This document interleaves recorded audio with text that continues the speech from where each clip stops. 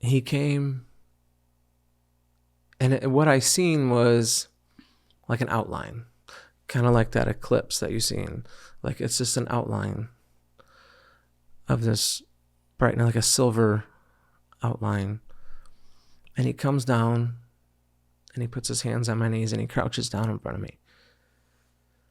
And he says, Nicholas, look at me. And I'm sitting there like this. I'm like, I can't.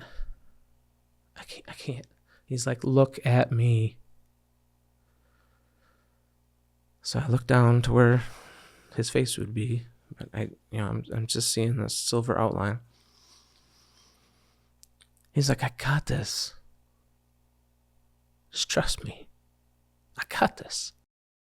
People aren't just believing in God, they are experiencing Him. Since the age of 16, Nic Willer has had multiple marked encounters with God in some of the most pivotal moments in his life. There is no convincing Nic Willer that there is no God, and today he'll tell you why. Before we get started, we would like to invite you to recommend a guest for us, especially if you think that guest might be you. We look for everyday people who are experiencing God. So, if you think that may be you or someone you know, please visit astrongerfaith.org/contact, where we ask you to upload a 20-minute video link describing your experiences. You may very well become a future guest with us. Also, if you're an experienced deliverance minister or a person of strong faith that's interested in partnering with us in prayer, please let us know. We need more prayer partners to help the large number of people who are reaching out to us for prayer and deliverance. If you think this interests you, please let us know by filling out the form at astrongerfaith.org/prayer. God is clearly calling us to expand our ministry of helping those who need prayer and deliverance, and you may very well be a needed part of that. Today's guest, Nic Willer, has some powerful accounts of experiencing God that will build your faith and infuse life into your pursuit of God. Please meet Nic Willer.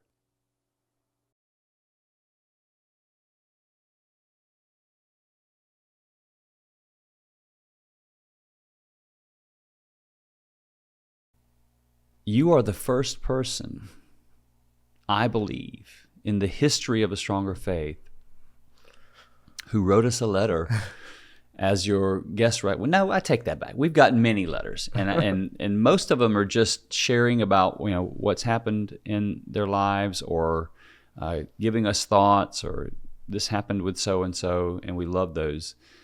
Yours was your guest recommendation of yourself, and you printed it and mailed it, and I love it. I got it right here.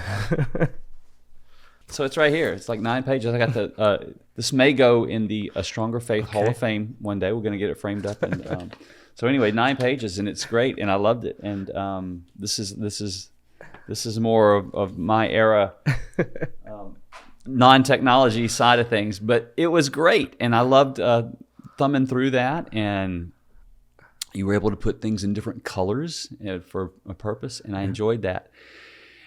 And so I know what you've written. We got on a call, and I think you filled in some color there, and I'm excited to have you.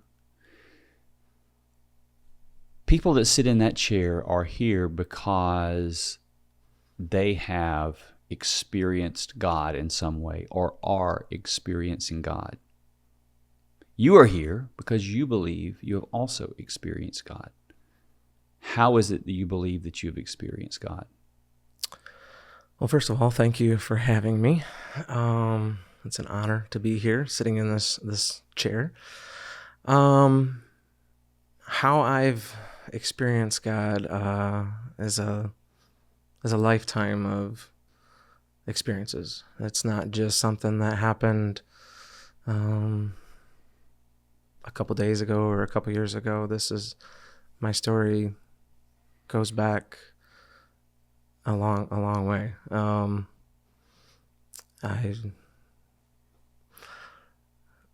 don't know, it just, through events, especially through events. I've heard his voice and directed me out of areas, and given me dreams and visions. And I just thank him for it. So what you wrote was throughout your lifetime. There was and one of the things that is a theme that ran throughout everything that you wrote, you describe a voice that you hear and that you've heard in seemingly pivotal moments in your life as an event was approaching that you didn't know was approaching. Right. A voice would come to you and speak something to you. When's the first time you recall hearing this voice? The first time I heard his voice, I was 16 years old. I grew up in Michigan. And every year we would go camping with my grandparents, my family, for as long back as I can remember. And it was always the thing that we did. We went with the grandparents every 4th of July. We would go to a campground in Caseville, Michigan, and we would spend a week there. And we'd go to the beach and have fun. And it was something that every year as us kids, we would first get excited to get out of school for the summer. And then it was like, okay, well, how much longer we got to wait until we can go camping with Grandma and Grandpa? And that went on for as long as I can remember. When I turned 16, the year I turned 16, my sister was in college, and she had come home. And it was the first year that we weren't really excited to go, I guess you would say. We kind of had reservations. But we went, and I had went up with my cousin, three of my cousins actually. I rode up with them a couple days after my grandparents went up there, and my sister came up later, and we were there and we were having fun, doing all the things that we always did. The thought of being reluctant to go kind of fled. And come the 4th of July, which was on a Friday, fell on a Friday that year. The girls, there was my 2 cousins, my sister, and another friend of theirs that they all decided to drive into town. And I stayed back to hang out with my grandparents. Well, in the meantime, after they had left, some friends of ours, friends of theirs, some guys came, friends of the family, and wanted to know where the girls were. And I said, well, they went uptown. And they're like, well, hop in with us and we'll go find them. And that's okay. And I was 3 years younger than, 3 to 4 or 5 years younger than most of them. So I went, and we were uptown. We found the girls, and we were looking around, and somebody had made some friends with some other kids in town, and they said something about going to a nearby town to watch fireworks that night. And not a lot of us wanted to go. Some of us did, some of us didn't. But we decided as a group that we wouldn't let some go and some not go. So we decided all to go. And so we went to go get in the cars, and I went to get into the car with my sister and my cousin. My cousin was driving, and I got 3/4 of the way in the back seat of this full-size car. And I heard a voice say, "Don't ride here. Ride with the boys." And I stopped, and I froze. And what? And I heard it again, but it was a little bit more stern this time. It says, "Do not ride back here. Ride with the boys." So I got out of the car, And I said, I'm not riding back here. I'm going to ride with the guys. And then the guys were driving like a 1994 Ford Escort, and there was already 3 people in that car. So I left this nice spacious back seat, which I would have had it all to myself, for the back of this Ford Escort. And so we took off, and and I know where I would have been sitting had I been sitting with my sister and my cousin. I would have been probably right between the two seats. And so we take off, and they were like a car or 2 ahead of us. And it's like a 20-minute drive to the next stop, and with a traffic stop. And we stopped, we got out. The guys that were with me jumped out, and they took off running. And I was trying to still get out of the back seat of this Escort, which is not an easy thing to do. And so I get out, and I see that their car has been hit and is off to the side of the road. And so we run up there to see what's going on. And as I'm walking up there, I'm walking down the road, and there's broken glass and car parts. There's car parts everywhere, and glass, and I can hear it crunching on my shoes and everything. And I see this black lab on its back, stiff as a board. I was like, what? Oh man, this dog got hit or something. I don't know what happened. And I can hear this guy yelling, screaming. And I get to my sister and cousin's car, and it's not good. The 2 guys that were with me, they had been there already. My cousin was driving. She didn't look bad. She looked like she had been okay. So there's people talking to her and trying to talk to her. I went and I assessed what was going on, and then I went around the other side of the car to my sister, and somebody had pulled the airbag and stuff off her, and she was just in bad shape, and she was unconscious. They were both unconscious. She was unconscious, and she was making this horrible breathing sound, which took me months to get out of my head. So I was in a state of shock. I didn't know what to do. I just kept going from one side to the other. Somebody was yelling. They called 911, and that they were on their way. And so I didn't know what to do. And I just went and I sat and I prayed in the grass. And I would pray for Sheila, and it was like lightning bolts going to heaven. Like there was nobody that could stop them. And then I'm like, okay, well, I got to pray for Jen too, my cousin. And as soon as I would start praying for her, I would hear that voice and say, you need to pray for Sheila. Jen is being taken care of. Jen's fine, or you're not fine, but we're taking care of Jen. You need to pray for your sister. Yeah, so Sheila, your sister, Yes. was the passenger Yes. who's not in good shape. Right. Jen is your cousin who was the driver. Right. Okay. And most of the impact happened on the driver's side. My sister was a very petite woman, so the airbag really did damage to her. So I heard that voice again saying, you need to pray for Sheila. Like, Jen's been taken care of. You need to pray for Sheila. I'm like, I can't.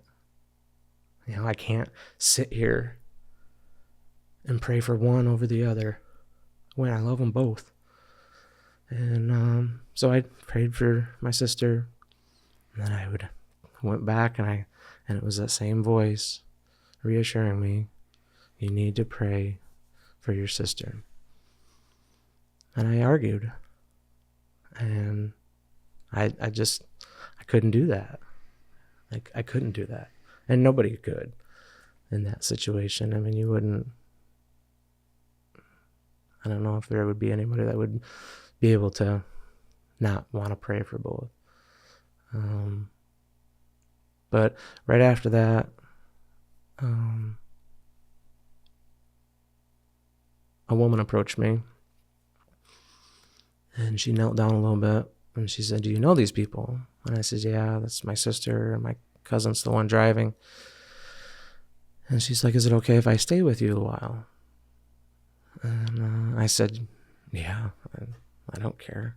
I didn't know what was going on.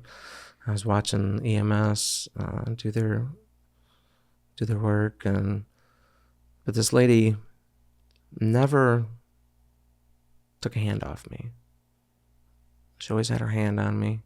She always was hugging me, always had contact with me, and it was the most loving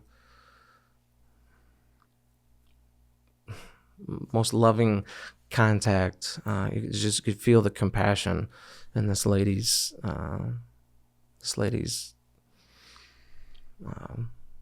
hands.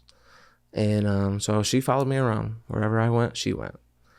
And then all of a sudden, I seen some of my family had showed up, and I said to her, I said, "Well, I gotta go. My family's here." And she said, "Okay." So I took one step forward towards my family, and then I turned around because I wanted to thank her, because she really did make a difference in the situation. And when I turned around, she was gone.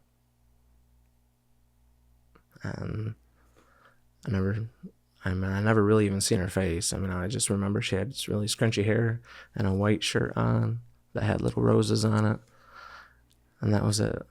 But her voice was so calm, so compassionate, and just warming. I don't know if that would be an angel that was sent, or just a person that knew the situation and seen someone that needed help. When you get some distance from it, do you look at it logically and say, "Hey, look, there's a lot of people on the scene. Maybe I looked back over this shoulder and she kind of went forward that way and she wasn't behind me and I just lost sight of her"? Or do you look at that and say, "This woman vanished"? I look at it that she vanished, because when I turned back around, there was a small group of people off to the side, and there was one other person, and there's no way, it wasn't like there was a sea of people. There's no way that she could have just stepped behind them and I couldn't see her. There was not that many people there, or obstacles, or anything that she could have ducked behind, or anything. I feel like she vanished. That's pretty powerful. Yeah. So what happened at the scene after that? I left the scene. My cousin passed away at the scene. So Jen died at the scene? Mm-hmm. Okay. Yeah. My sister was flighted to nearby hospital, and then flighted to a bigger hospital after that. They had to revive her twice. And another miraculous thing was, there was something on the helicopter that was new equipment that they had just gotten installed on the plane within a week of this accident, and they actually was able to use it to save her and bring her back while they were in transit to the first hospital. So that's a miracle in itself.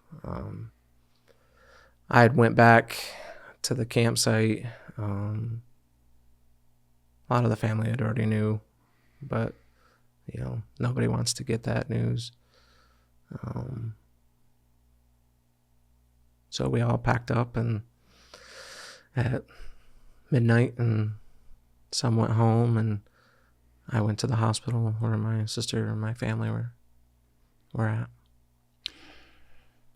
This voice, we got to this part of the story because of this voice that's been consistent in appearing in critical times. You didn't hear the voice after the crash and guiding you into a place of care and comfort. You heard the voice before you guys got into the car. Right. Can you describe the voice? Was this in your spirit, or did you hear it audibly? It would be, I mean, the first time I heard it, it sounded like somebody else in the room, or somebody else said something, and that's why I stopped. But then I knew, because everybody else was just moving around normally, and I knew it wasn't. So I knew. And then when I heard it the second time, it always comes from my right side, my right ear area. From my right side is where I hear that voice. Every time? Yeah. So thoughts don't come from, doesn't seem like, places in proximity to you. They are inside of you. Right. It's in your mind. But it feels like I guess it would be in my spirit then, because in my spirit, I feel that it comes from that right side. Like if somebody was to speak over my right shoulder. It's not audible to my ear, but if it's hard to explain, but I feel like it's from that right side. That's interesting. So where my mind goes, I don't want to add to it or make something up. What would cause that? I mean, if it's in your spirit, I don't know why. I'd be interested to know if there are other people who, when they hear something that's not audible, recognizing it as coming from a particular direction, right? Versus a thought. It's not coming from a direction. It's just in you. Right. I mean, it's just how it's always been. I always feel like it's like it's like a whisper in my right ear. But you know, I know it's not through my ear, but so you know that it's not audible. Right. Right. It's not hitting your eardrum and right. It's like, did you guys hear that? It's like in your spirit. Right. So what comes to mind on that is the discernment of spirits, right? And being able to hear in the spiritual realm. So there's visions and dreams, and that's not what I consider seeing in the spirit. That's just God giving us things through visions and dreams. And I know that there are many people who see in the spirit. So they see angels with their eyes, see demons a lot with their eyes. They can say, yeah, it's over there. I'm looking at it right now. You sound like you were just hearing in the spiritual realm around you as you described that. Have you ever investigated that? Have you ever said, what does that sound like elsewhere in the world as people do? Have you ever researched other people experiencing something like that? I have. There's been a few people then. There was one, I can't think of her name now, but she was on a podcast and she was talking, and she said that when she might be praying or researching something or whatever, and when it's a word of knowledge to her or a direction, she feels like it always comes over her right shoulder.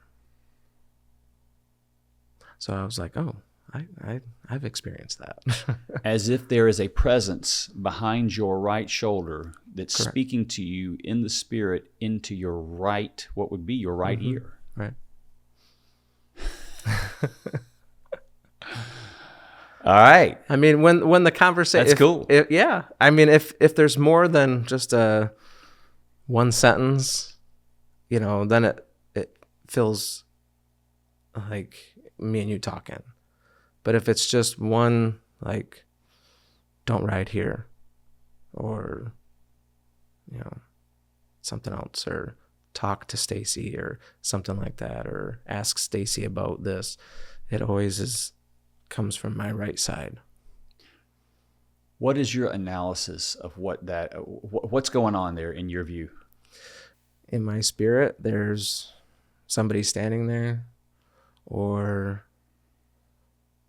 it just gets relayed to that. I don't know. I would have to say that I know that there's always someone with us, that's guiding us and protecting us, whether it be guardian angels or,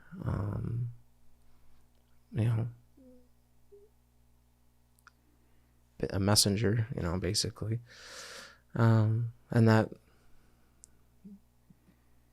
information that I need gets spoken to me from that side.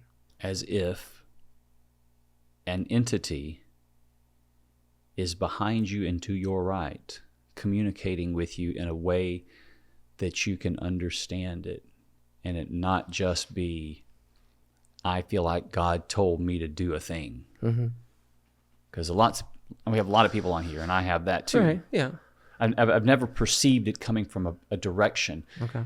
When I feel like God's given me a word, it's just in my spirit, and the word's strong. And it's like it's in me. Right. It's in me. Right. He's in us. Right. But then you think of Scripture, and you think of Joseph, husband of Mary. An angel appeared to him in a dream, said, "Don't worry, this is for me." Another angel, or maybe the same angel, different occurrence, appeared to him in a dream and said, "Take the child and Mary to Egypt." That sort of thing. So that's a communication. An angel of the Lord appeared to him in a dream. An angel, a representation of God, a representative of God, to give them a critical message at a time. It sounds like what you're describing. Because this voice said, "Don't ride here, ride with the boys." And you're like, eh.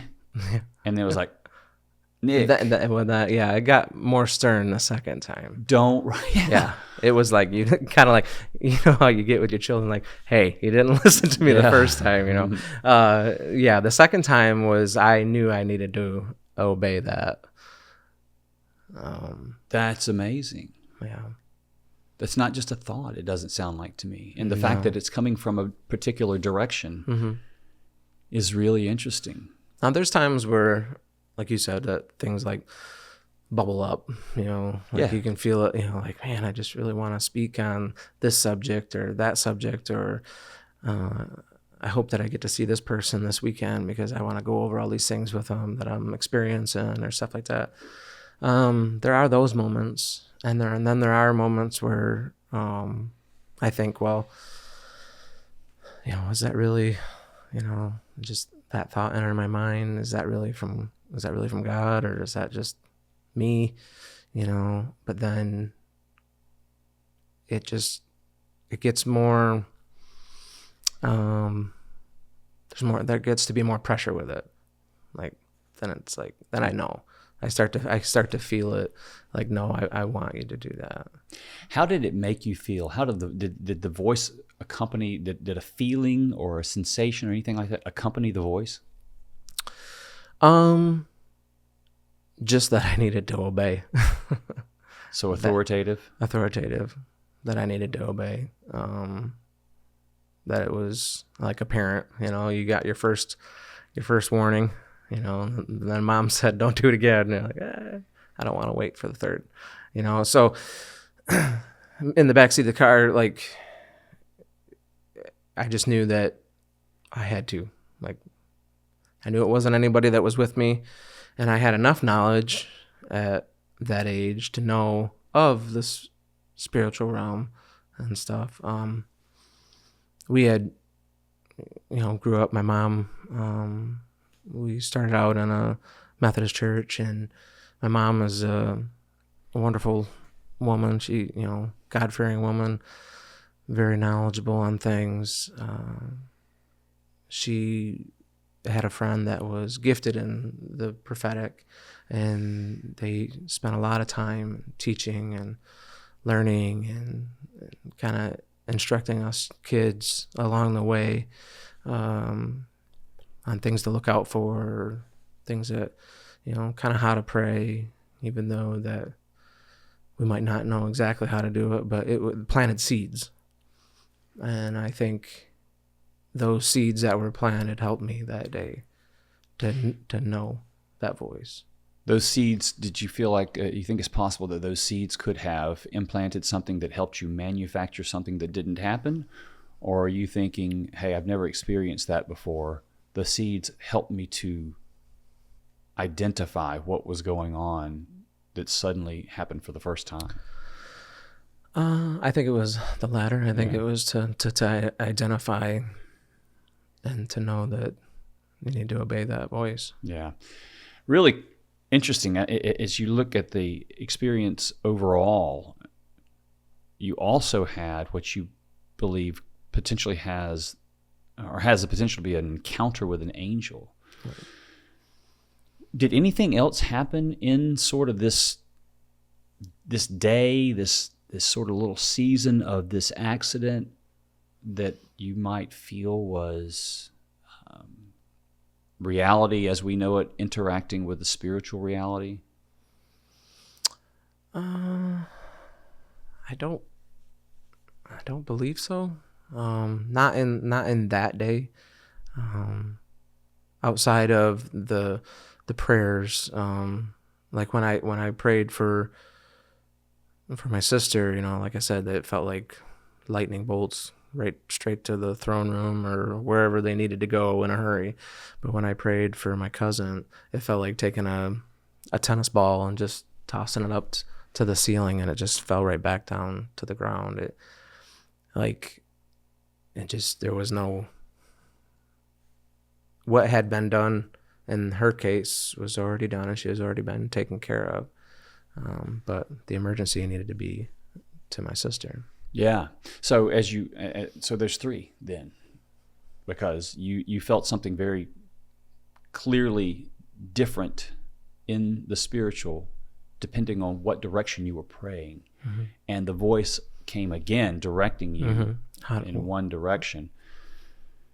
I don't know. It just sounds like the veil between our earthly reality here and the spiritual got really thin. Extremely thin. Over this window of time from about the time you got into that car. Yeah, within an hour, I would say. By the time I went to get in the back seat to when I started praying, it was probably 30, 40 minutes. And then by the time that I left, it was probably an hour or so. But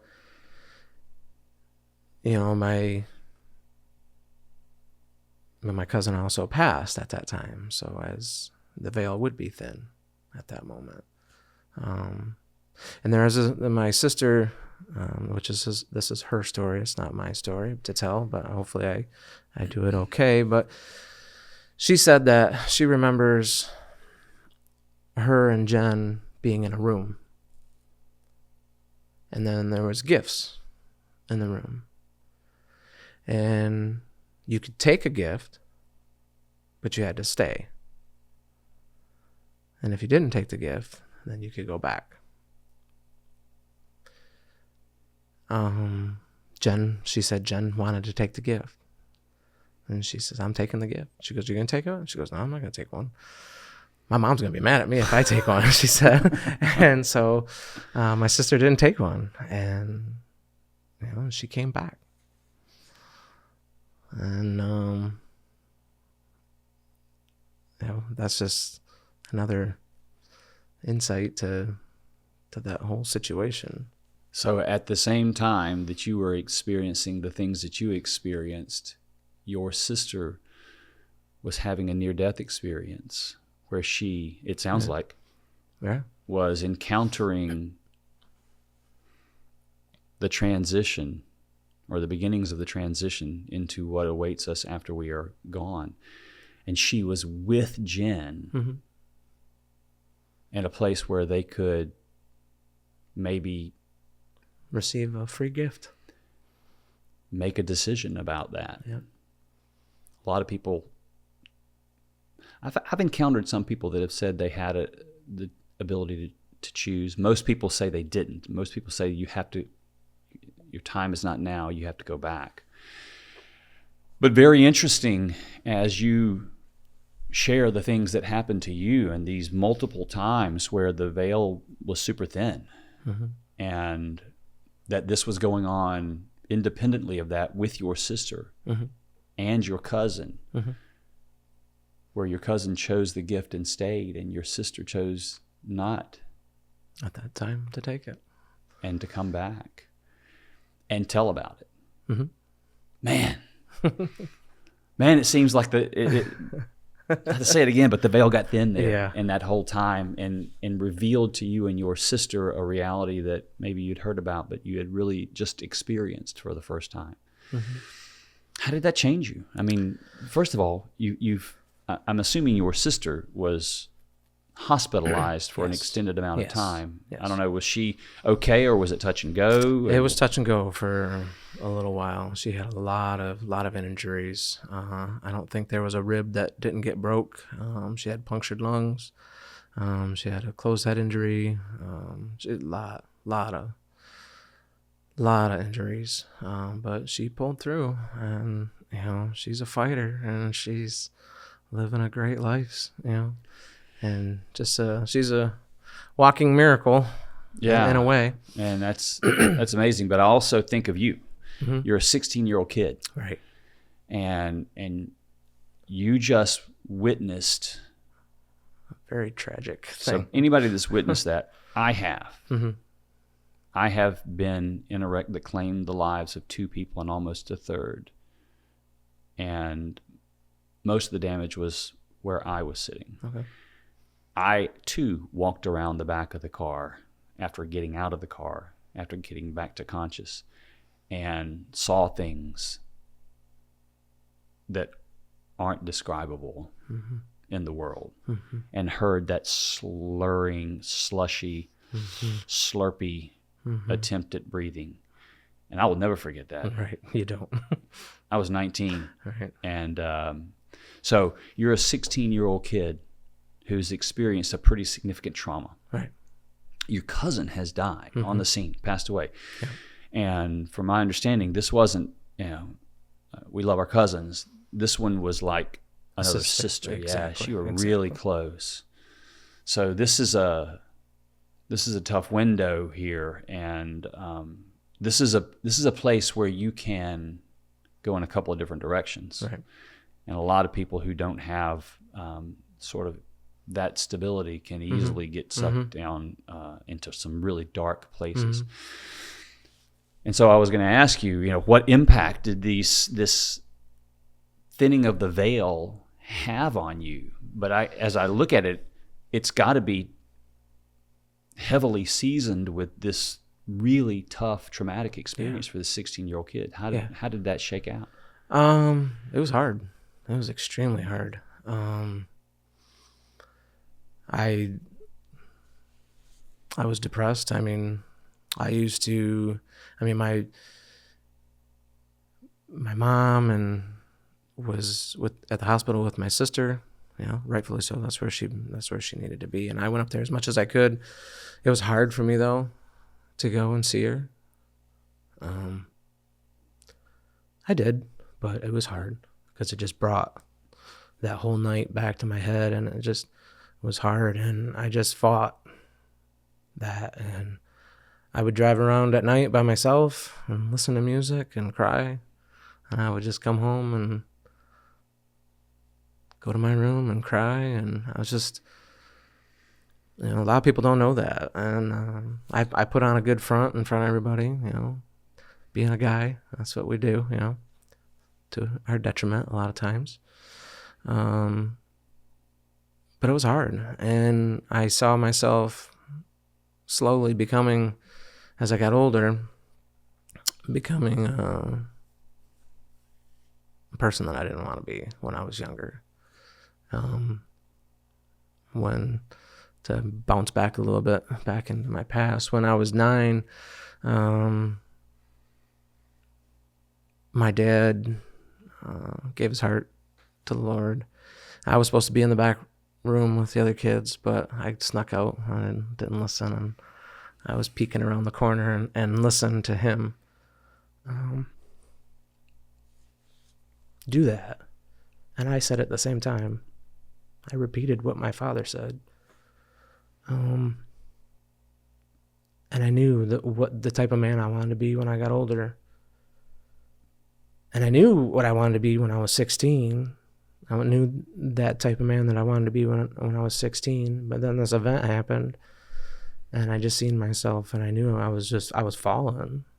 I mean, I still had faith. It's not that I didn't have faith. But I mean, we had tremendous faith because my mom was in a battle every day at the hospital with my sister, and but I was 16 and I felt alone. I just felt alone. I mean, I would share with my friends to a certain point. They knew what I was going through, and they tried to, help me as much as they could, but they didn't know what they were doing. We were all 16, 17 years old, and nobody knows how to deal with that. And the family was a wreck because of what happened. Nothing like that had ever happened in our family before. So it just was hard on everybody. And I just started falling, and started, my dad had an issue with alcohol, and I didn't want to be that way. But as the pain wouldn't go away, the alcohol helped, and I slowly started becoming the person that I did not want to be, the man that I didn't want to be. I didn't want to be that father. I didn't want to put my kids through that. But I see myself heading that way. But that's just because I didn't know how to deal with the pain, the memories, the nightmares, the sounds. Even though I'd had this miraculous encounter, at the time I really didn't know. I knew to obey the voice at that night, but yet I really didn't know the type of encounter it was until much later. It just didn't click. Like, it was almost like he showed himself, and then he knew I had to walk through this wilderness. Period. And I did. And it was hard. Really hard. We went to church and everything, but it was just hard for me. So it's not who you are today. You seem like you're sharing your experiences with the presence of God. You now recognize that as a time of seeing Him. Yes. Where the veil was thin, you experienced some things. You believe you heard the voice of God. And as we'll get into, there's been additional times that you've heard that voice. How'd you transit? Did you just go through the wilderness and emerge on the other side eventually? I just, well, to fast forward, I remember we didn't have our children yet. I was married. We didn't have any children yet. And I just remember one morning sitting having a cup of coffee and kind of self-reflecting. I'm like, man, you are nowhere near that guy. I mean, I wasn't an awful person or anything like that. I didn't have a huge problem with drinking. I could give or take it. It didn't affect my work or anything like that, or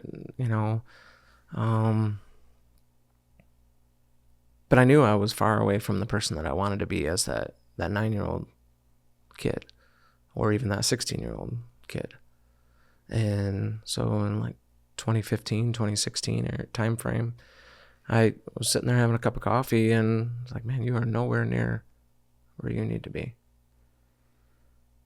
And you need to get back to where you wanted to be. You need to get back to what you know, where you knew where you knew you wanted to be. You wanted to be a godly man. You wanted to be a good father, a sober father, a good husband, a hard worker, somebody that could pray for people and share stories and encourage people, bring joy and encouragement to others. Just be that good person, And I was, but I wasn't upholding I was doing some of those. I just wasn't upholding the godly part. I'd lost contact, although, which we'll get into here shortly. There were a few things that kept me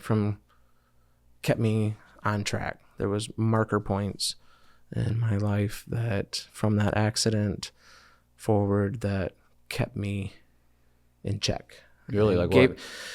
Like dreams. 4 years after the accident, I had a dream. Was the first dream that I could recall beginning to end. And I can recall it today like it happened last night.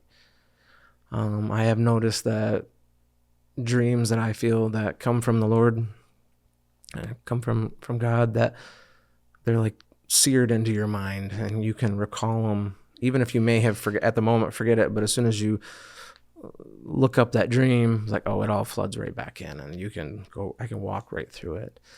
And I call it my beautiful night dream. And it started out that it was at night, and I was walking on this beach by a small inland lake, and it was dark. The only light that there was the stars above and the moon, and it was the most beautiful scenery that I've seen. I'm a person that likes to look at scenery. I could go sit in a field and just be in awe of God's creation, and He knows that. And so I believe that when He's trying to speak to us, He gives us things that we can relate to or things that we enjoy. And so in this dream, I'm walking on this beach, but on this beach, it's not a typical sand beach. It's full of rocks, but the rocks are about the size of baseballs. They are smooth, but wet, and it's very uncomfortable to walk on. And I kept looking up at the sky. I'm thinking, wow, this is beautiful. And I just kept walking. And I was getting tired of walking on these stones barefoot. And I'm like, man, if there was a dock here or something by this lake that I could stand on, that would be amazing. And I walked a little further and I turned around to my side, and lo and behold, there's a dock sitting there. So I stand on the dock and I just looking up at the sky thinking, wow, this is just beautiful. I don't know what this place is, but it is the most beautiful place. I mean, the brightness of the stars and it was amazing. And then I thought I could hear the waves slowly lapping up against the shoreline. And I was standing there looking up, and I was like, man, it'd be nice if you could take a little boat or something out onto this lake and just sit there and look up at the stars. So I looked down to the end of this dock, which is like 100 feet long, and there's a boat, an old wooden rowboat tied up. And I said, oh, all right. So I look around. There's nobody around. I can't see any forms of civilization in this dream. And so I walk out, and I thought, well, nobody will mind if I just borrow it for a few minutes just to go catch a better view. And so I get in the boat, and I row out, and I look up at the stars, And I'm just in amazement at how beautiful it is. And in an instant, I hear this sound like if you were standing on the side of the road of the expressway and a car goes by at 80 mile an hour, just as, phew. And instantly I'm standing in a white room. I mean, so bright white that I reached my hand out and it was like foggy white almost. And I can't even see my hand. It's so dense in this area. But as I bring my hand back up, I can see it, and I don't hear a thing. And it's just a weightiness. It's just a heavy presence. And I'm standing there, and I say hello, and I get no response. And all of a sudden I see in the distance what looks like 3 or 4 people walking towards me. Okay, well, this is either going to be good or this is going to be bad. So I'm like, okay. And the first person stands up, and as they stand up and I step towards them, it's Jen. And I'm like, Jen, wait, hi, where are we? What are we doing? I'm all excited, like a kid at their birthday party, you know. I'm just excited. And she's like, hi, Nick, you know. And I'm like, how are you? Where are we at? And she's like, I'm good. I'm like, what's going on, you know? And she's like, well, I just have a few things that I need you. And she's like, well, first she's like, it's good to see you. I'm like, it's great to see you too, you know. And I'm asking all these questions, and she's just like, Nick, you know, calm down. I need you to tell the family some things for me. I said, okay. And she's like, just tell the family that I love them, that everything is okay, everything is great. Just tell them that I love them, and that I can't wait to see them again. I'm like, well, okay, yeah, I can do that, whatever. At this time, I'm 20 years old. This is, I think, 4 years after. So about 20, you know. So I'm like, yeah, you know, whatever, you know. Okay, yeah, I can do that. That's not a problem. And then she like presses me, like ushers me to the next person. And I'm like, well, okay, well, I'll get back to you. And the next person is revealed to me, and it's my grandfather, my dad's dad. And I'm like, well, Grandpa, how are you? And he's like, well, I'm doing fine. I'm like, well, good, because he would never say that he was good, because he said, it says that no man is good, you know. Mm-hmm. So he always had a little play on that with everybody. And he's like, also, I need you to tell your dad something for me. And I'm like, okay, yeah, I can do that. And he's like, tell your dad that I love him, and tell him that I'm so sorry that I didn't tell him when I had the chance to tell him. And I should have said it more. I should have said it, and I should have said it more. Can you do that for me? I was like, yeah, I can do that. And my grandpa had passed away in, I believe, 1991. And so then he ushers me to the left again, and this third person comes, and it's my mom's uncle that passed away in 1991 as well. And his name was Kenneth, but we always call him Uncle K. I'm like, well, Uncle K. He's like, well, Nicholas, how are you? Well, you know, same thing as the previous two. He's like, man, I want you to meet somebody. And I'm like, okay. And he turns, and when he turns, he waves like he's calling somebody else. And when he does that, I can see, like, through his like under his arm, like when he's reaching, I can see like down in here, and I see the most beautiful green that I've ever seen. And I'm like, oh, I don't know where we're at, but there is something on the other edge of this dense whiteness.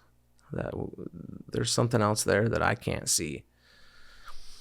And so then this other man comes up, and he says to me, Uncle Kay says, well, Nicholas, this is Raymond. Raymond, this is Nicholas. This is Pam's youngest son.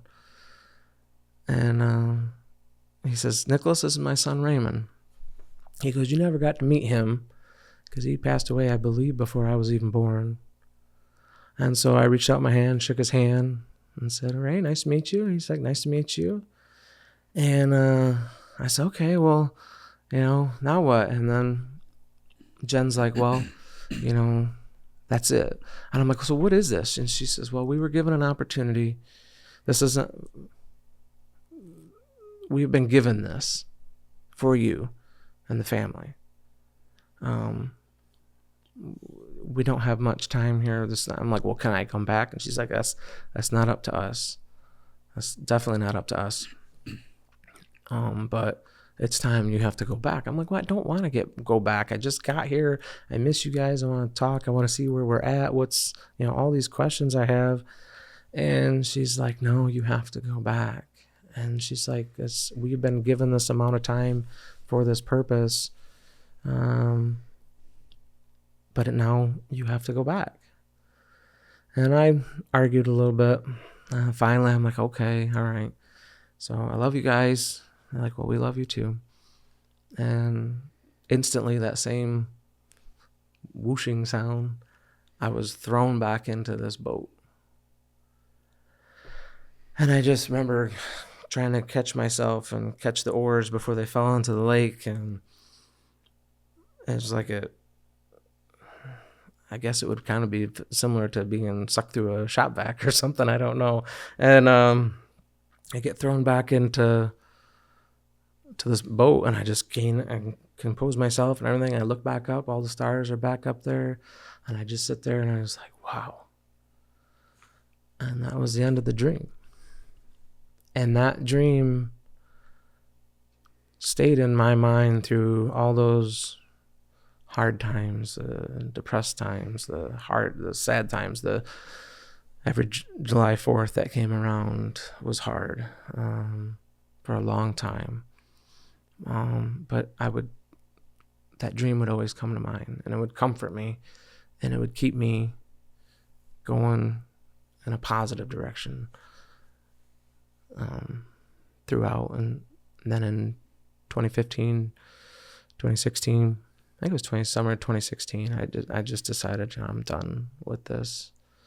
I'm going to rededicate my life.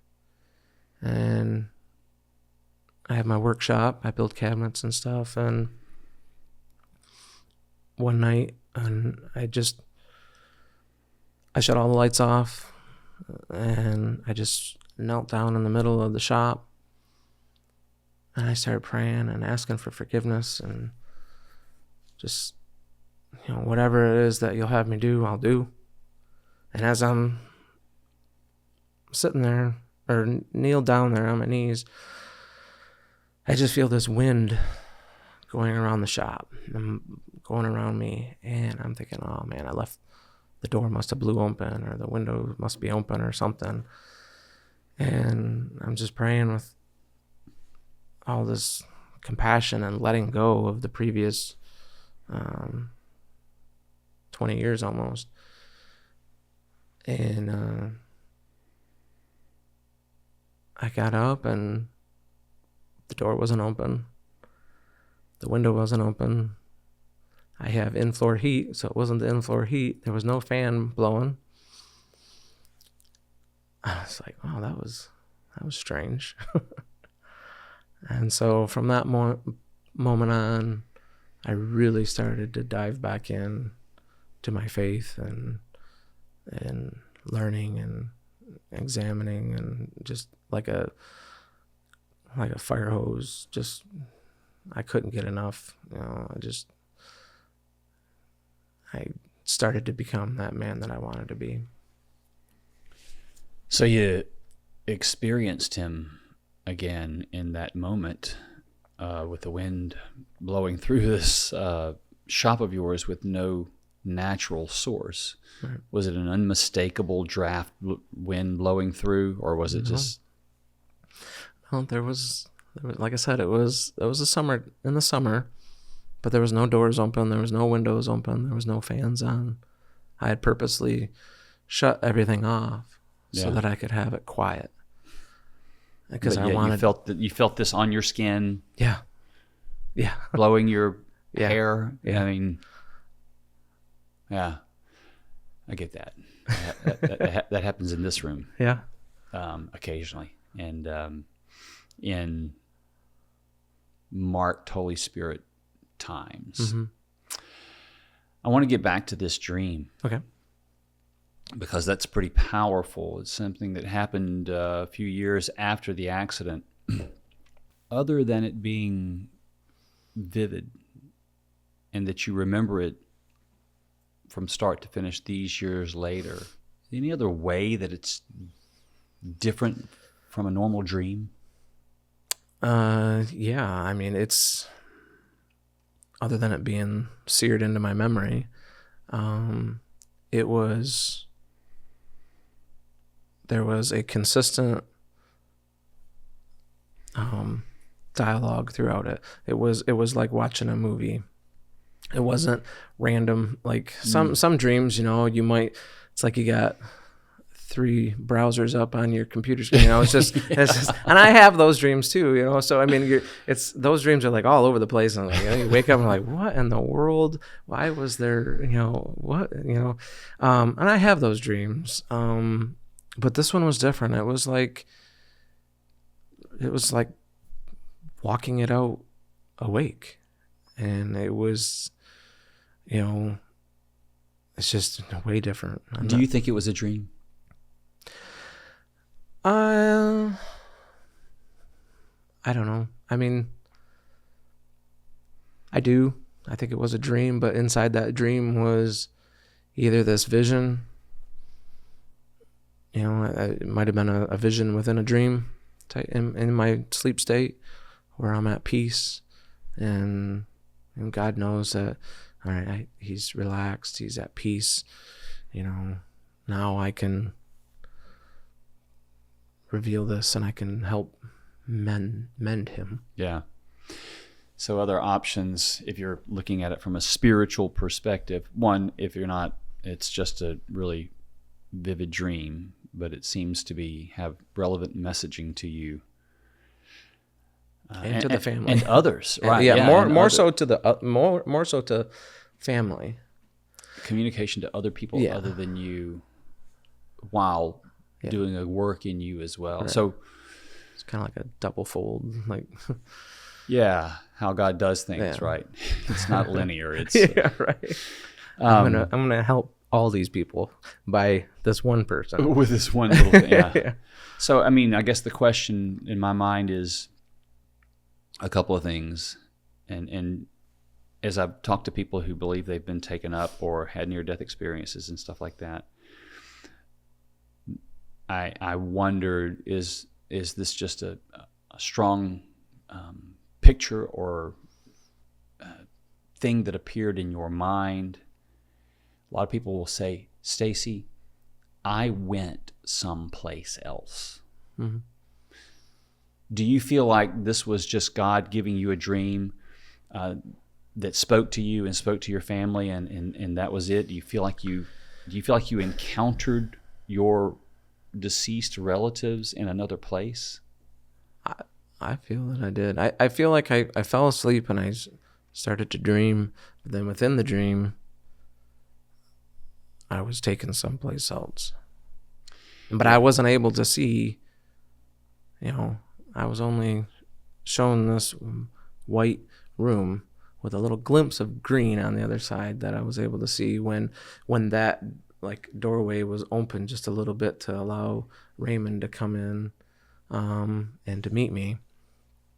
And I know there's skeptics out there that will say, well, dealing with, relatives or whatever, and then that's whatever. And no, it wasn't nothing that I went to bed praying for. I didn't pray, God, let me see my cousin, let me see my grandfather, let me see my great uncle. I didn't pray for those things. I didn't ask for those things. I was just hurt, and I was trying to deal with this trauma the best that I could, and I didn't ask for it. He gave it to me as a gift, and I think that's what's different about it. I wasn't doing anything besides sleeping that night. Did your relatives look? Can you describe how they looked? Did they look different than what you remember them looking like, or did they look exactly how you last saw them? Well, Jen was young when she passed, so she looked pretty much the same. My grandpa looked close to the same, but he was very youthful and just looked younger. But my uncle, same. He looked a lot younger. Ray was very young. He was young when he had passed too, so he looked, later after this. Well, the next morning, I was getting ready to go to classes at the local community college, and I was still living at home, and my mom was getting ready for work, and I said, hey, I'm going to describe somebody to you, and the first person that comes to your mind, would you tell me who that person is that you think? I said, first person. Don't think about it. Let me explain this person. First person that comes to your mind. And so I started explaining, and she comes out and she looks at me and she's like, sounds like my cousin Raymond. Why? And I'm like, well, I got a dream to tell you. And I don't ever remember seeing until later, until after, because I said, well, do you have a picture of him? She's like, oh man, I don't know. So we had to go, my mom went to my grandma's and found a picture of him. And I'm like, yeah, that's the guy that I seen. You hadn't seen a picture of him before? No. Wow. Yeah. How do you explain? I would ask the skeptic how you would explain a thing like that. We always look for evidence of heaven and evidence of God, and a lot of people say you don't need evidence, and I say, well, you don't, but I think God gives us plenty of it, and I think evidence builds our faith. And I always play a role of a skeptic. I'm a skeptic, and so I have to ask those questions. I'm also a Jesus follower who has faith, and so we want to explore the possibilities of what these things are. And when you encounter a thing like this, you experience this dream that seems to turn into something more than a dream, and this interaction, and there's so many characteristics of this experience that are not consistent with dreams. And then you come back with a very vivid description of a family member you've never met and never seen a picture of, and you describe them in such a way that other people say that's who that was. And then you find a picture and it's like, yeah, that's him. I don't know how you explain that.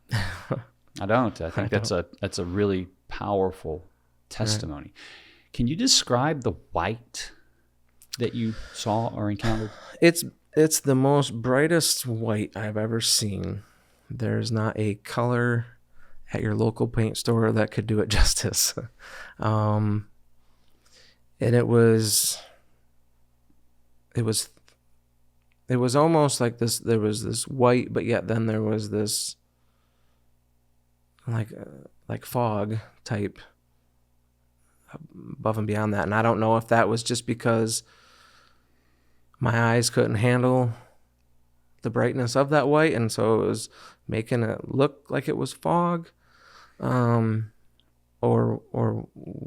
if it was a fog or something to help cover what I wasn't allowed to see. Was it muting it a little bit or something?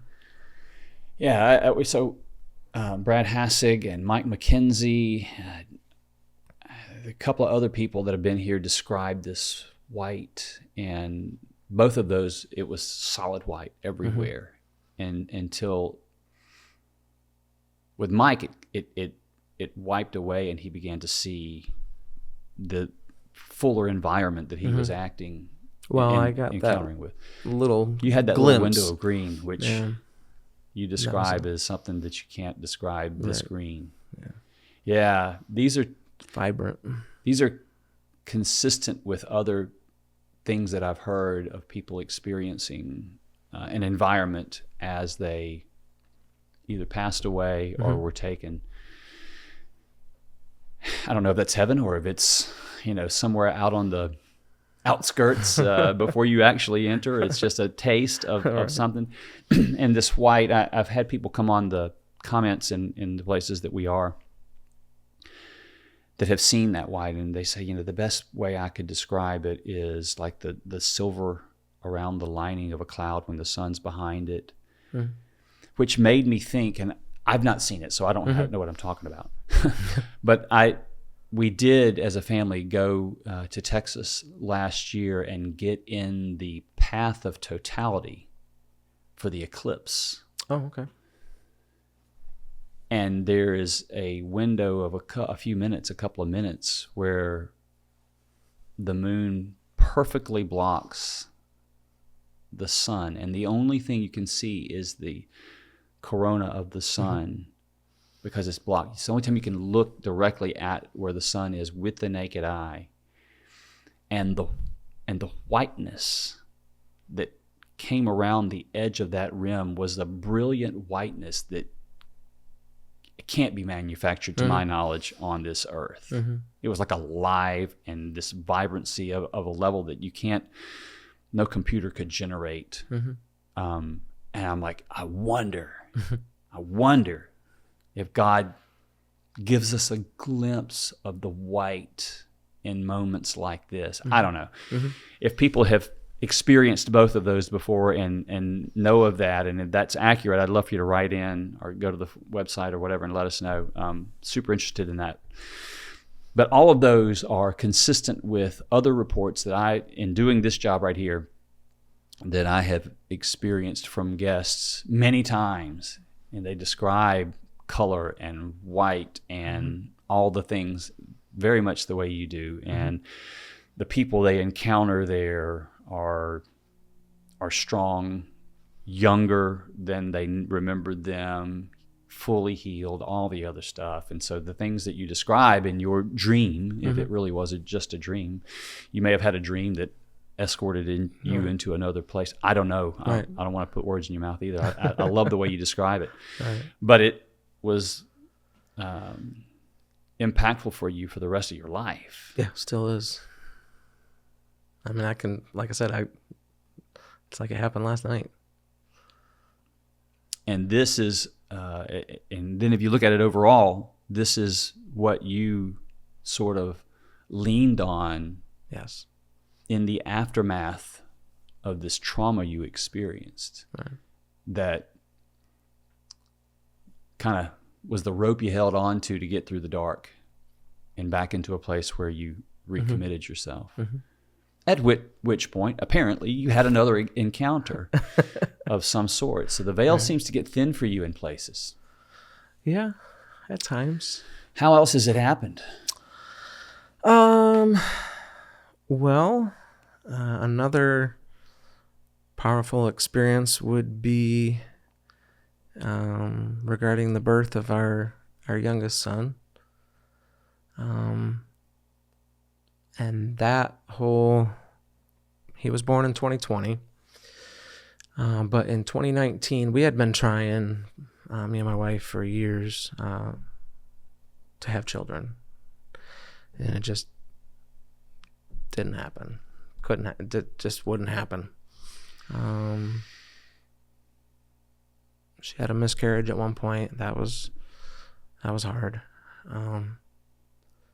And so 12 years of trying and different types of things, medicine, stuff that we tried, just wouldn't work. And so 2016, I rededicate myself. I go on, just learning as much as I can, trying to be that person that I wanted, that man that I wanted to be. for my wife, and if we were able to have children, for my children. And it was in June. It was June 15th, 2019. We're getting ready. I got in the shower, and at that time, God really spoke to me in the shower, which my wife thought was weird. I've had it happen a few times. Yeah, right. I don't know what it is. I've heard very other people say vulnerable that. at that moment. So I was getting out of the shower, and we'd been praying, and we've been praying and really wanting to, be able to have children. And I'm getting out, I'm drying off, and I hear that voice again. Now, at this time, between 2016 and 2019, I had been hearing it more regularly, just because I was in the Word so much and just studying so much, trying to find out and trying to go back further. That's I had a pastor that we used to go to church, to his church. And I sat down with him, kind of had a talk like this one day with him. And he says, you're different. You're trying to go further back and learn more, where most people are happy just to learn what is at hand today. And I'm like, I know, but I feel like we got to go back to get a truer sense of what those things meant then, to have a better context of how it should relate to us. So I was doing a lot of studying. So I was hearing his voice more, and I get out of the shower, drying off, and I hear his voice. And he says, she will give birth to a child. And I will use it, I'm paraphrasing because I don't have it in front of me, but it's probably in my notes. I got it right here. We're gonna read it. Yeah, let's read it. This is, I'll let you read it. I think it's on page 7. If I'm not mistaken. It's bad when you need a table of 6 or contents 7. for... I think that's it. You want to take it? Yeah. I'll do it. But, I even wrote it in red. You did? You can't do that in our comment section online. Right. Technology. Right. And go ahead. I know. So this is what I heard. I will give her a child to ease her pain. She will give birth. I waited because there were things that needed to be fixed in your life. But I will make this happen to heal her wounds and to show her that I have not left her nor forsaken her, but that she needed to learn it is not by self, but by me. Woo. Yeah. And those aren't words you're just making up. No. And I ran. Well, I got dressed, and I ran, and I went to my office, and I got a little note card, and I wrote it all out, and I stuck it in my drawer, and I didn't tell anybody. And I'm like, it was my way of, I didn't want to tell anybody at the moment, because, well, in a way, I didn't want the enemy to get a hold of it. So I kept it between me and him. And I kept it in my drawer. And I waited on it. And I waited. And at the moment, we had kind of given up. We kind of went through some rounds of medication to help. It just wasn't helping. And we kind of just took some time off from it. And she'd taken some time off, and we decided that we would foster to adopt some children. And so we had taken in 2 boys that we later adopted. So we have 3 boys. And so at this time, we're dealing with, we have the 2 boys, and they're busy. They're only 10 months apart. And they're busy boys. They're all boy. There's no denying. So we were a little preoccupied, so we hadn't even really given it another thought of trying again to have our own. And then that comes. And the reason why I remember the date, because if you add the date up, it comes to 40. Well, the wilderness period was 40 years. And there was things that he needed to fix in my life. And I think that marked the end of my 40 years. It wasn't exactly 40 years, but it was the end of my wilderness period. And so I held on to that, and I didn't tell anybody. And then that was in June. And I think September, I believe, August or September, she comes to me and she says, I think I want to try again. And I said, okay. I had knowledge that she didn't have, but I said, okay. And she's like, that easy? Okay. You're not going to fight me on this time? I'm like, well, I know it's hard, and it's, doing these processes is hard, but yeah, let's try again. So, we starts going back to the doctor and starts doing a different treatment that the other doctor didn't know about or whatever. And come December, she has an appointment, and at the beginning of each appointment, they always do a pregnancy test. And she called me, and she's like, well, you're not going to believe this. And I already knew she was pregnant. And she's like, I took the pregnancy test, and I'm pregnant. And they're like, we can't believe that it showed up this early on the test, because there's a lot of steps that you have to take and scheduled steps. That's right. And so they can narrow it down to a window. And they're like, we can't believe that it even showed up on this test. Usually it doesn't show up this early, but you're pregnant. And okay. Well, let me back up. Before that, I hadn't showed her the card, and she asked if we could try in September or so, and then I said yes, and I was easy about it. And I don't know if it was that night or a conversation a little bit later, we got talking, and she knew that I was, hearing the voice of God, or a messenger of God, or what have you. All comes from the same place. But she knew that, and she's jokingly says, unless you've heard otherwise, that we shouldn't do this. And I just sat there and I just kind of smirked, and she's like, you have. And I go, I have. Give me a minute. So I ran down, I got the little postcard, and I gave it to her. And the tears were flowing. And she's like, why did you keep this from me?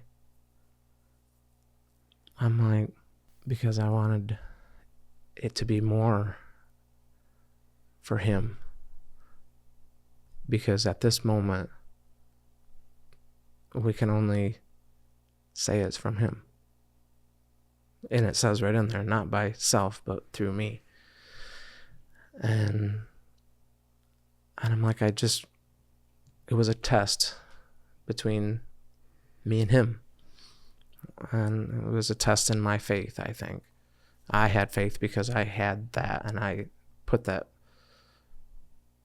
there and when I would pray, we would pray after her visits and stuff, and I would say, after I told her, your word said this. You told me this. And then a couple months later, she was pregnant. don't know. I don't know why I didn't share. I mean, other than the fact that I wanted it to come true. I wanted it to be real. You know, I wanted it to come to pass. And I guess I was a little afraid that if I shared it, it wouldn't come to pass. Yeah, I understand that. You know, that was maybe not the best thing to do, but well, no. And you also, there's a part of you like, hey, let's not influence this situation too heavily in one direction or another. Let's let him do what he's going to do.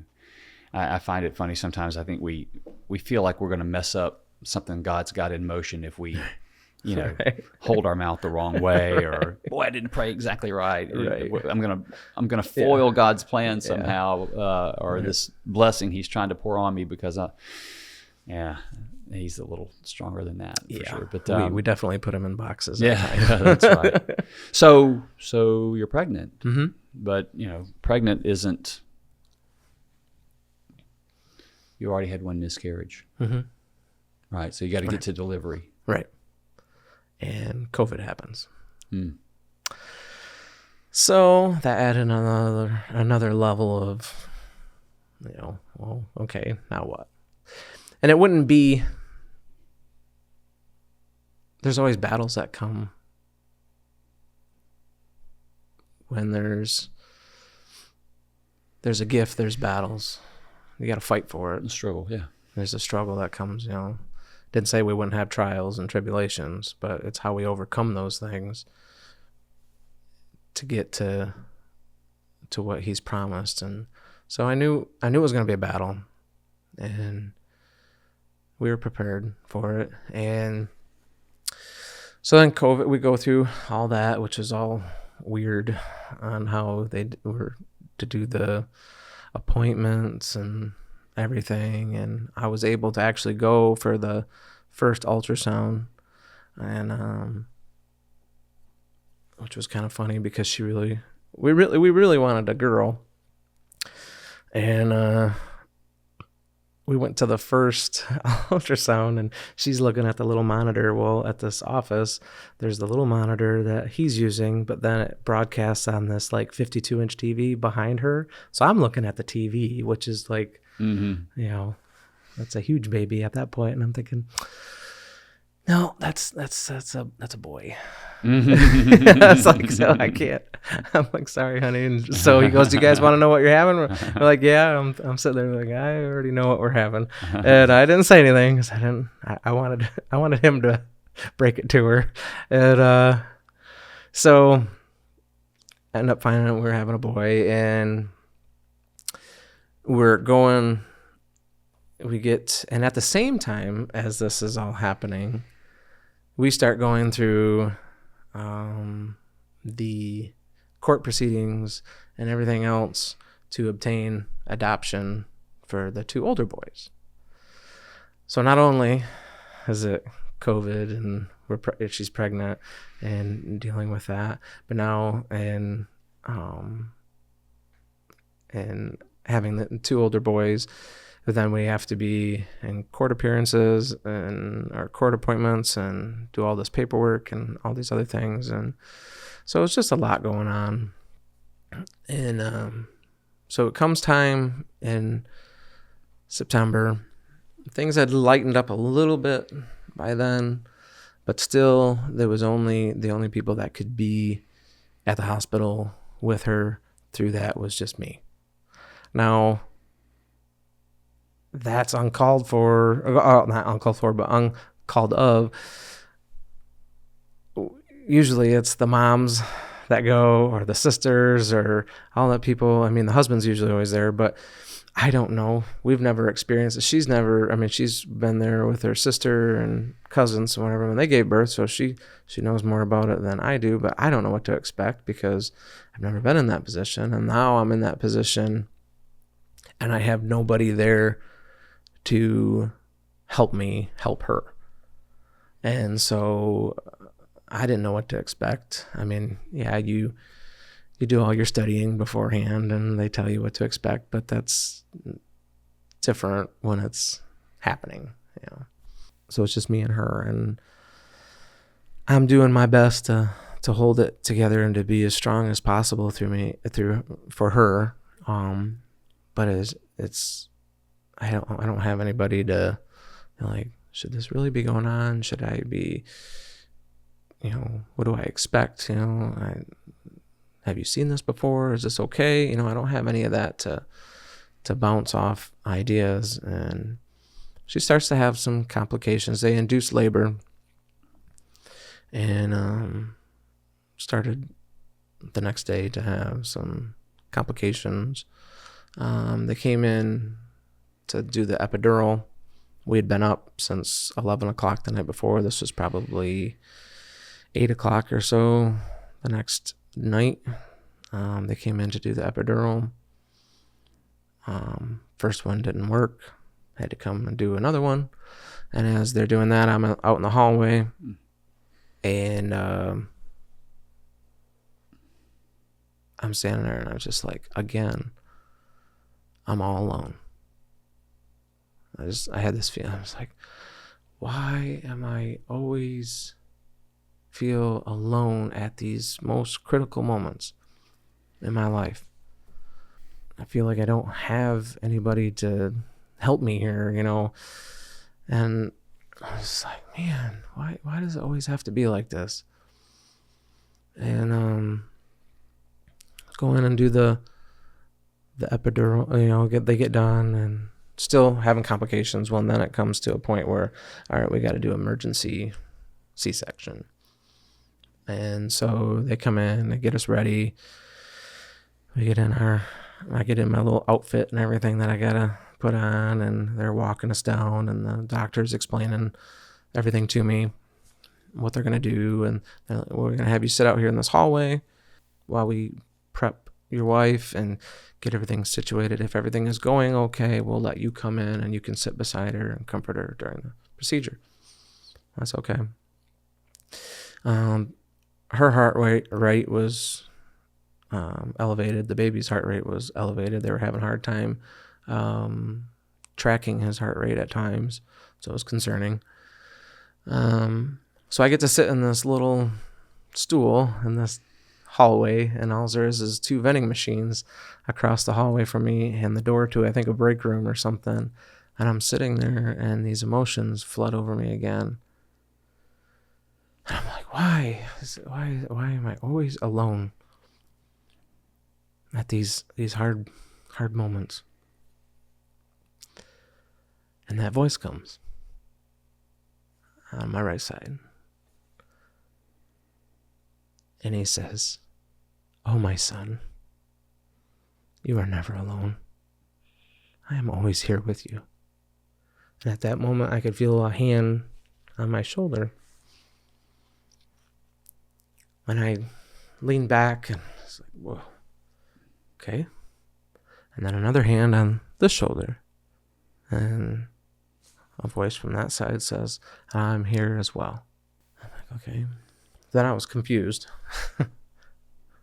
Who's this and who's this? You don't. And I knew this voice. This is the voice that I always hear. And so I'm like, well, you're at my right hand. Power is through the right hand. You're seated at the right hand. So I'm guessing this has got to be the Lord here. And he said, "Wow, look at you go." And I kind of chuckled for a moment. And I wish I had a video. You heard that voice say, "Look at you go"? Yeah. Oh, look at you. Like, yeah, look at you. Hey, you're figuring it out. Yeah. And I kind of chuckled. And I said, all right, well, if that's who this is, then this has got to be who's ever in charge of leading me in my calling to lead me. And this voice says, "See, you know more than you think you know. It's okay. then all of a sudden these emotions, I'll come back and I don't know. I'm concerned for my wife and my baby, her baby. I don't know what to expect. I don't know what to expect when I go in there. I've never been in an operating room, let alone while somebody's being operated on. So I don't know what to expect, and I'm just getting overwhelmed and emotional, and I'm just like almost to a point of just like I guess on the point of like a break or something. I don't know, or just being just crying uncontrollably out in this hallway. And I didn't see with my natural eye, but he came, and what I seen was like an outline, kind of like that eclipse that you've seen. Like it's just an outline of this bright, like a silver outline. And he comes down and he puts his hands on my knees and he crouches down in front of me. And he says, "Nicholas, look at me." And I'm sitting there like this. I'm like, I can't. He's like, "Look at me." So I look down to where his face would be, but I'm just seeing this silver outline. He's like, "I got this. Just trust me. I got this. I'm already at work in there. Just trust me." I'm like, I know. And then I put my head back up, and again, I'm getting emotional, and he's like, "Nicholas, look at me." So I look at him. He's like, "I got this. Just trust me. Do you trust me?" I'm like, "Yes, I do. Do you trust me?" I'm like, "Yes, I do." "Okay." And he kind of like taps my knees and stands back with his hand on my shoulder. He's like, and as soon as he got back to my shoulder, and put his hand on my shoulder, the door opened up, and the lady steps out, and she goes, "Mr. Willer, you can come back with us now." And I go, "Okay." I'm like, I wanted to ask, do you have video cameras out here videotaping? Because I would really like to see myself the last couple minutes. But I didn't. So I followed her in, and I remember I just watched her heels the whole way. I'm like, I don't want to look at anything. I don't want to see anything. That's not my forte, let me tell you. I remember things way too vividly to purposely want to look at something. Yeah. And so I walked around. I sat by my wife, Melissa, and I could see the panic on her face. And I looked down at her. I said, "He's got this. He's got this. Okay? We got this. He's got this." She's like, "Okay." Well, then, just a few minutes later, Zach comes out. He's not crying. He's not breathing. They rush him to the incubator, and they start working on him. They're working on him. And she's like, "He's not crying." I'm like, "I know. Just, he's got this. He's got this." And like a couple seconds later, all of a sudden we start hearing him cry. I go, "See? He's good." And she's like, "Okay." And I could see the relief, wash over her.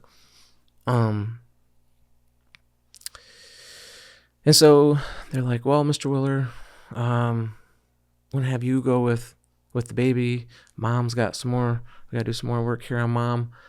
You guys can meet up a little bit later, but we're gonna have you go with the NICU nurses, and the head of the NICU is gonna tell you what's going on, what happened, and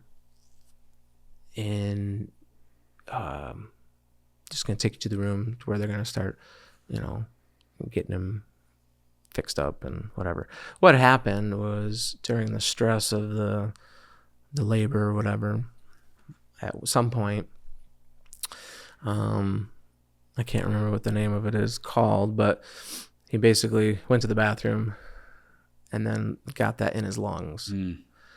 And so it's not uncommon, but it can be, it can be dangerous because it can get to infection, and you can have a whole lot of other problems, and that's why he wasn't breathing right out of the gate. So they're walking us down to this room, and I remember my mom telling me when she was in the hospital with my sister that every time the doctors came in and they said something like, well, we're going to do this and it might not have a good outcome or whatever, she said she would go into this little bathroom, or there was I think it was a bathroom, and she would pray, and she was like, I don't accept that. In Jesus' name, I don't accept that. She's walking out of here fully healed. And I remembered that as I'm walking down this aisle with the doctor, and the nurse is talking, the head of the department is talking to me. And she's like, well, we could have this happen. This might happen. And I'm like, in my head, I'm just going, no, I don't accept that. Just wait. You're going to be amazed. And she would say something else. And in my head, I'm like, no, I don't accept that. Just wait. You're going to be amazed. I get to the room where they were working on him. And the doctor comes in and he's like, well, Mr. Willer, there's a chair there if you want to sit down. I'm like, no, I'm not going to sit down. I'm going to stand. And he goes, okay. And I'm like, I'm not sitting down at this moment. And so he says, well, this isn't uncommon, but, it can lead to this, and that. I'm like, okay. And in my mind, I'm saying, no, I don't accept that. Just wait. You'll be amazed. So that night, continue to monitor him and try to drain out the stuff out of his lungs, and getting him, the treatment that he needs and stuff. And every time that one of the nurses would come and explain to us what's going on, the progress that, he was constantly making progress. And I was like, yep, I knew that would be the case. And they said, but they would give us this update. He said, well, he's doing really well, but, and then they would go into this other thing. And I know that I don't blame them for that. They have to do, they have to do that. They need to prepare people, but being of faith, I don't accept that, because that's not going to happen. Well, that's not what he said. Right, exactly. He said he's got this. Right. So that's faith. Right, yeah. And so every time, well, I think the second day, might have been the second day. I think it was the second day. So he was born at night and went through that first day. The second day, or the third day, I guess you could say, the head of the NICU came in. And she says, you have a very amazing boy. We are just amazed at his progress. You spoke that. I did. You spoke that on earth. What you loose on earth is loosed in heaven. Yep. What you bind on earth is bound in Mm-hmm. heaven. And he had you do that. Mm-hmm. And it's perfect that she said the very words Mm-hmm. that you spoke. Right. So, Zachary Mm-hmm. is your son, Mm-hmm. biological son, and he's here. Mm-hmm.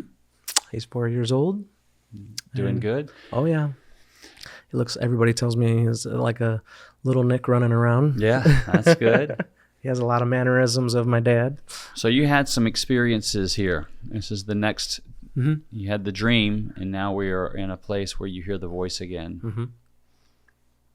When the voice told you that she would give birth, Did it come from your right side again? Mm-hmm. Okay. When you felt the presence of two beings, one on each shoulder, Mm-hmm. you said a hand was on your shoulder. Did you feel that physically? Mm-hmm. A physical pressure Mm-hmm. on your shoulder, as Yes. if someone was in the room, Yeah. physically touching you, not in your spirit. Right. Because I remember, like, when it first happened, I actually looked down at my shoulder to, it just caught me off guard, as I felt the presence of a hand on my shoulder, or at first I didn't know it was a hand. I just felt this presence, this touching pressure on my shoulder. Yeah. So I could ask a million nitpicking questions. Was it warm? Was it large? All this stuff, and none of it matters. You felt the hand. I get it. I like to know all those details, and which makes me good at this sometimes, and makes me bad at this other times. Right? It was comforting. Yeah. It was like you have backup. Yeah. You felt another one on the other side, Mm-hmm. off of your left shoulder. Mm-hmm. So you identify the right shoulder as Jesus. Yeah. The Lord. Yeah. You said. At that moment, yeah. And then and when you identified him as that, it was like, okay, you're getting this. That's Mm-hmm. good.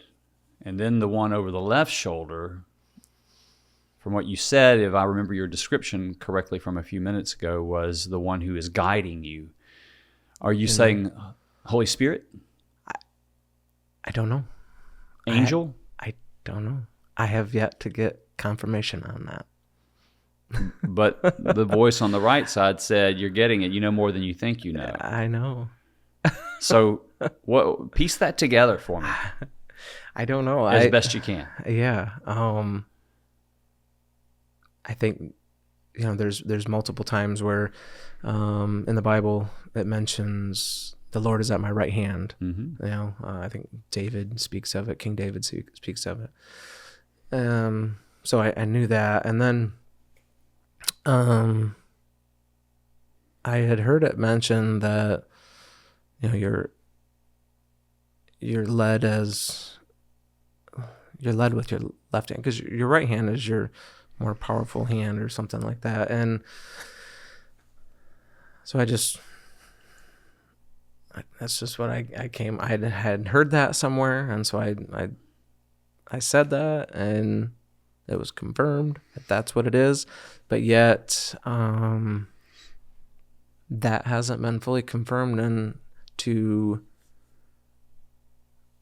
who or what or any of that of. Well, Scripture says, Jesus says that he's going to send the helper, Mm-hmm. referring to the Holy Spirit. So we'll guide you into all truth. So helper, guide, Holy Spirit, that's the role of the Holy Spirit. Mm-hmm. And so it sounded like to me when you were describing that, that's kind of where you were beginning to land on the second presence with you in that moment. The more compelling even of that than that to me is this sort of emergence or of Jesus over your right shoulder, then coming around in front of you. And you describe not being able to see him fully, but an outline around him. Mm-hmm. With your spiritual eyes or with your physical eyes? Spiritual. So I've never been able to up to date see in, like how you said earlier, people can see, like the one guest that you had said, or several said that there's a man. I don't see it like that. To me it's in my spirit that I see. I don't see it with my natural eyes. But you see it still. See it, yeah. And you saw it in a location. It wasn't just creating it wasn't just creating a picture in your mind. Right. It wasn't your imagination saying Right. it was you could see it, but it was Right. inside of you. You knew that the cameras didn't catch something that would be recorded on film or anything like that. Didn't see it that way. Yeah. I mean, I don't know. Maybe. Maybe they could. Right? I don't know. But you saw something. I'm trying to get a handle on that. I mean, Me too. yeah, I'm sure we're trying. People that have let me know. Yeah, people that have conversations about seeing in the spirit and things that, when they've gone to heaven or feel like they've been in some presence like that, it's like, hey, it's very difficult to describe. It's like trying to cram a description that's in 8 dimensions into 3 and describing it. And so I don't necessarily fully can understand that, but I want to. But as you are looking from where you're sitting, as he came around and got in front of you, this outline was in front of you. Was it the outline of Jesus, or just a random shape, or what would you say? I mean, it was the outline of a man. I mean, I would say of a man.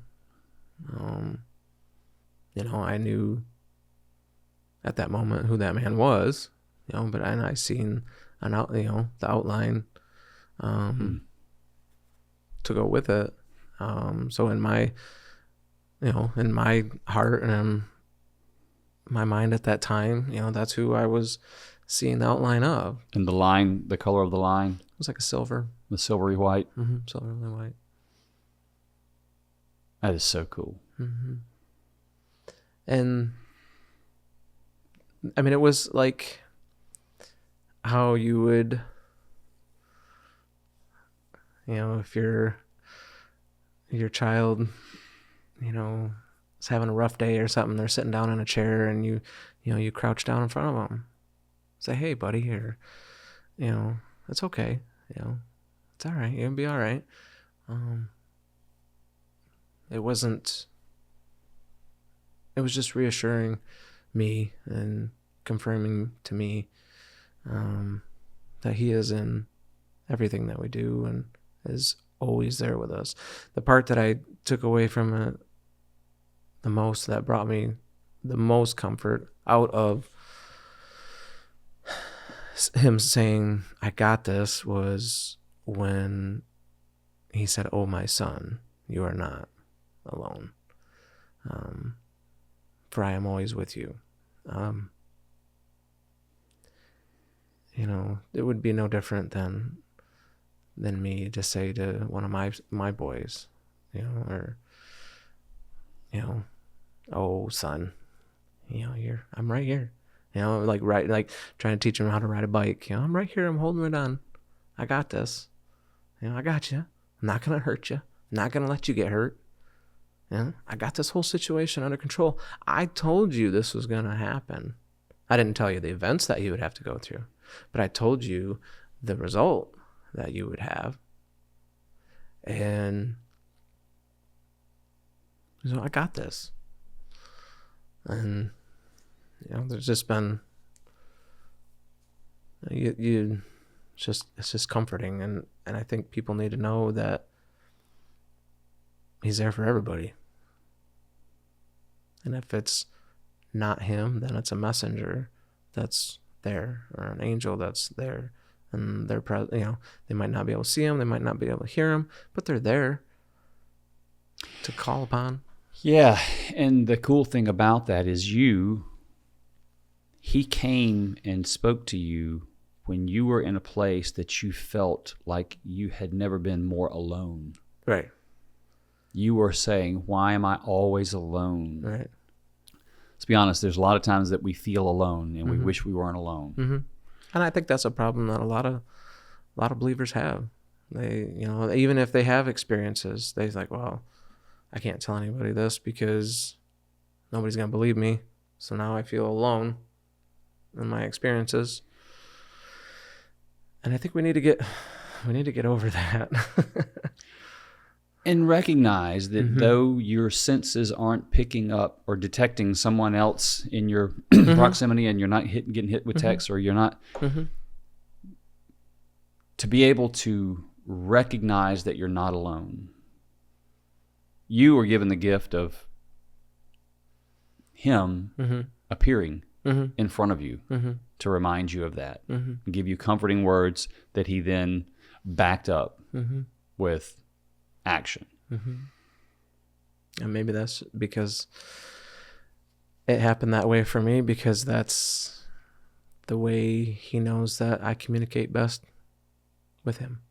I mean, other people, it might be a dream, or it might be a prophetic word, or it might be a prophetic word through somebody else, or in prayer, or through being out in nature. But there's 1,000 ways that God can speak to us, and everybody's way that you learn. You could be a visual learner, you could be an audible learner, you could be a learner that has to read it in order to see it. I mean, with what I do, I'm a visual learner. I build things. I build cabinets and other little things. And he's given me a gift of being able to visualize those. I can walk into your kitchen and I can visualize what you want to do with your space before I even put it on paper. That's a gift that he's given me. And so if that's the gift he's given me, that's going to be the gift that he uses to speak through me, or speak to me with, because he knows that I'm going to understand it that way. He knows that I'm more hands-on at times, like, well, let's just get into the middle of it and, we'll figure it out. And so I think that we all need to find our way that he speaks to us.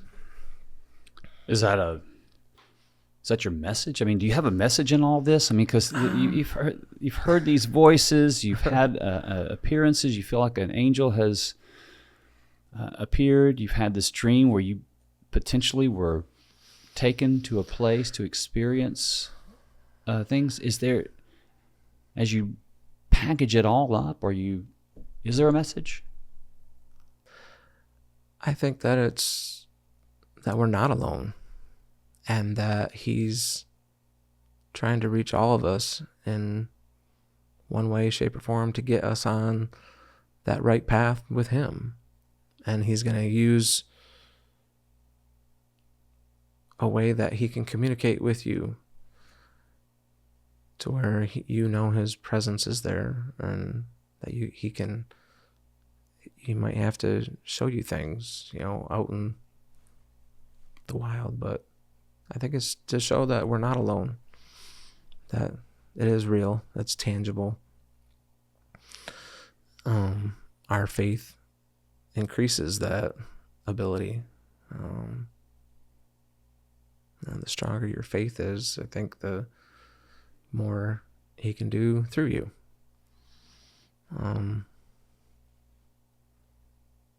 But he's there.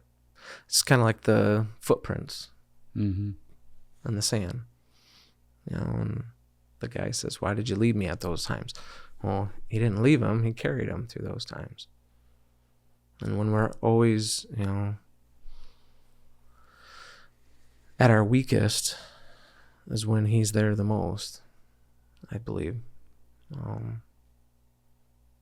It's just we need to pay attention sometimes and look for those little things. Might be, looking at the clock on the wall. And I in my own personal experiences, he shows me that too. So I'll start seeing like 10, 10, 11, 11, 12, 12, 1, 1, 1, 2, 2, 2, 3, 3, 3, 4, 4, 4, 5, 5, 5. And it's kind of like an indicator. Like this morning I woke up and I rolled over to see what time it was, and it was 3:33. Okay. And there'll be instances that I kind of use it as a barometer. The more frequently that gets,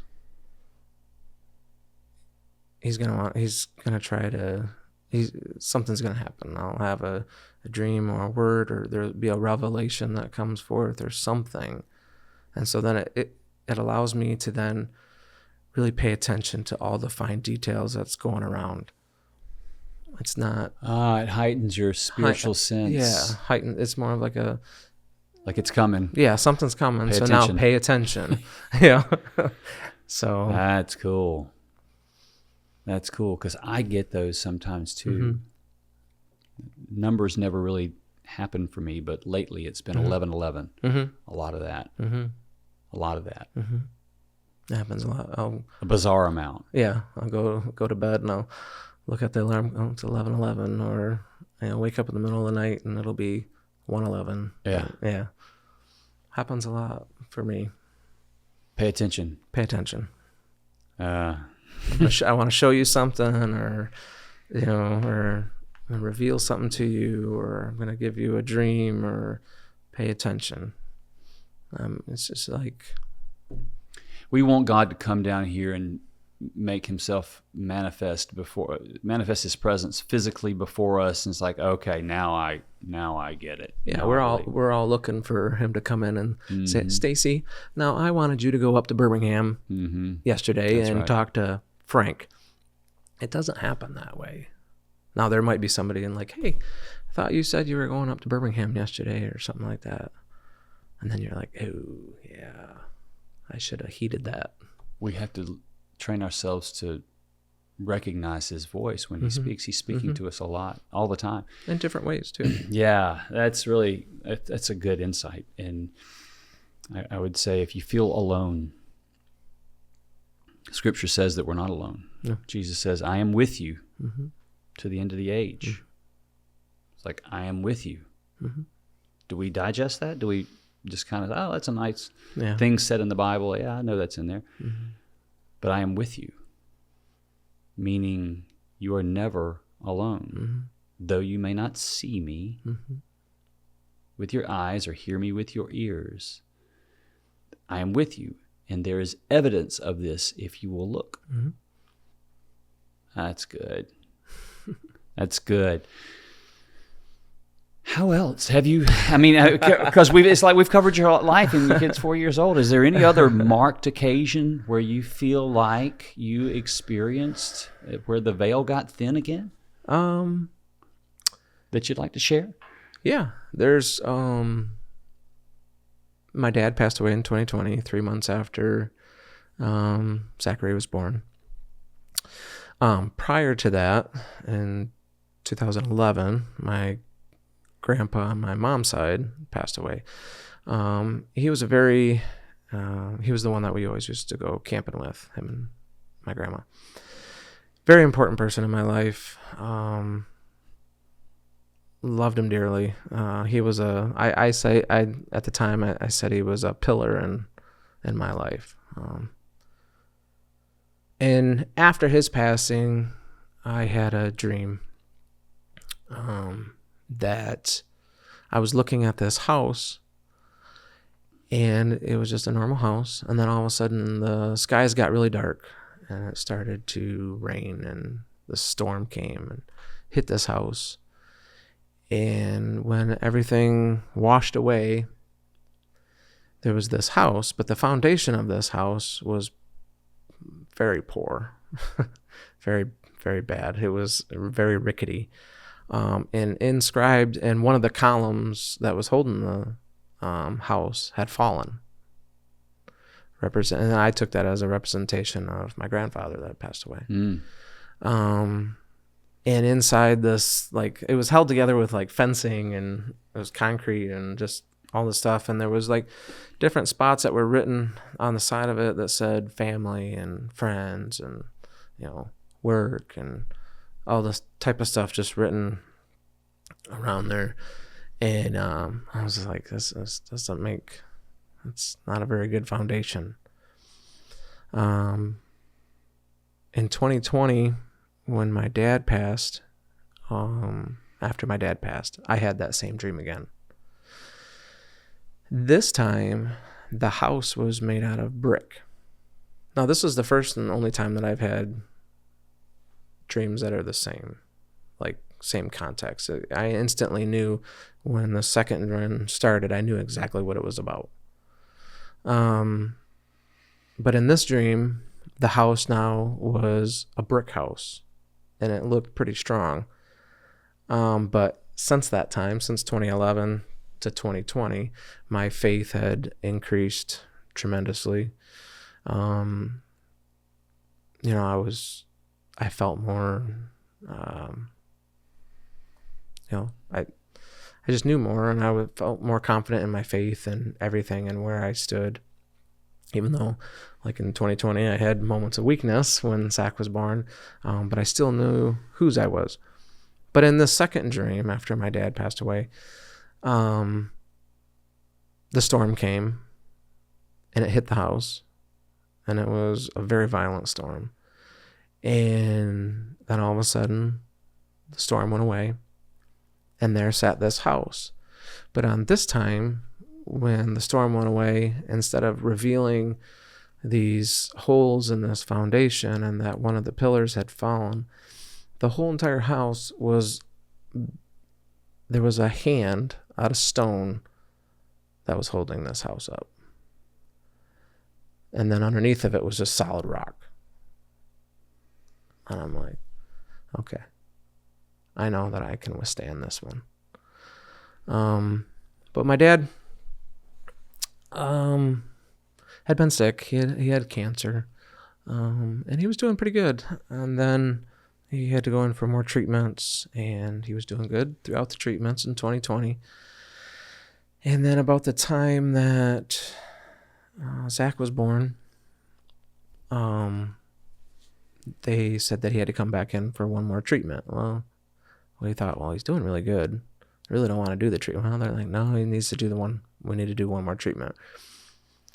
And after that treatment, he just went downhill. And so that was in September, I think. In November, we found out that the cancer had spread to his liver. And then those 4 weeks, he just went downhill quite quickly. He passed away on the 27th, but the week leading up to that, my shop was actually at their house, our wood shop. Me and my dad, we used to build stuff together. So that's where the shop is. We have since bought that home, and so now that's where we live there now. But the week leading up to it, one day he got up and he did his normal routine, went and had his cup of coffee, then all of a sudden couldn't walk. And on that Tuesday, on Monday, we had hospice come in, and we signed him up for hospice and everything. And so they were helping us out the best that they could, but it was COVID. So we wanted to do as much as we could at home so that the family could see him, because if we took him to the facility, then that wasn't going to happen. Thankfully for us, my sister-in-law was a registered nurse at one time, so her and my brother helped out tremendously through that week. We couldn't have done it without them. But on that Tuesday, I believe it was a Tuesday. I came in and seeing how he was doing and everything, and he said, I want to go lay down. I said, all right, well, I'll go help you get in bed. So I got him back to the bedroom, and I got him up in bed and got him all situated and got him all comfortable. And I said, you okay? He goes, yeah, I'm good. And I said, all right. He says, are you ready? And I go, am I ready? And he goes, yeah, are you ready to go? I says, go where? He goes, go home. Are you ready to go home? I go, and then it clicked. I'm like, no, I still got stuff to do here. But if you want to go, you can go, and I'll catch up to you later. And he says, are you sure? And I go, yeah, I'm sure. I go, go ahead, go, if you're ready to go. He goes, all right. well, I'm going. He says, and I said, okay. And at that time, I could fully talk with him and everything. And it was good. And he says, so he goes, well, I'm going. And I said, okay. And it was just me and him. And I'm sitting by the bed with him. And he kind of like sets himself back like this. And he closes his eyes and he gets this big smile. I mean, a smile that it was a big smile, and it was good to see, And I said to him, because his eyes were closed and he was still smiling this big smile. I go, what do you see? And he goes, oh, I am so happy right now. I am so, so happy. And I said, oh, good. He fell asleep. Later that night, we had moved him back out to the chair out in the one living room. And it was, Christmas time. My mom had her Christmas tree up. And my two aunts were there, and my sister, one of my other sisters, was there. And he sits up and he looks, and he wasn't very, after he said he was really happy, he wasn't very, it started to become hard for him to communicate. But he's sitting in the chair, he sits up and he looks over at my aunts, and my mom's standing in front of him, and he's like, wow, those are big trees. And everybody goes, oh yeah, because he's like facing towards, my mom had her Christmas tree. She's like, oh yeah, it's a Christmas tree. He goes, no. And they all were all like, what? And I'm standing out in the kitchen and I'm hearing it. And I instantly knew what he was talking about. He's like, no, all of you are like big, huge trees. And they all go, okay. So I heard that, and I looked it up on my Bible app, when Jesus healed the blind man, and the first time he put his, rubbed his eyes and then let him see, he seen in the spirit, and he said, oh, there's like men that are like giant trees. And then he touched him again, and then he's seen, in the natural. I'm like, oh, I know what that is. And so I tell my sister about it, and she's, her chin dropped, And then shortly after that, the front door that we never use in that house blows open with this huge gust of wind. Blows that door open, and this wind swept through this whole house. I mean, it was incredible. And this wind swept it took everybody off guard. Even people that were not in the room when it happened, they're like, what was that? And well, the door blew in. And from that moment on, my dad got even less communicational, to where it was almost to nothing. And I don't know if it was the next night or night after that, my mom was sitting with him, and he woke up and he looked over into the corner and he said, not yet. And my mom said that I just sat there and cried, because I knew he was seeing in the spiritual, and that they were here to take him. But he had one more thing, or he wanted just a little bit more time with his family. And he passed away on the 27th. And that day I would go in the house for a little bit. I would go out in the shop by myself. I would pray. get my strength back up, go back in the house, come back out, pray. And when I was going back and forth, there was like 10 cardinals that were flying around all over the place. I'd never seen so many cardinals at our house. And we didn't even have, I don't even know if we even had a bird seed in the bird feeder at the time or anything like that. But there's all these cardinals. And still, 4 years later, on the 25th, 26th, or 27th, there'll be cardinals that come and hang out for a couple days. And then we don't hardly see them again. Every year.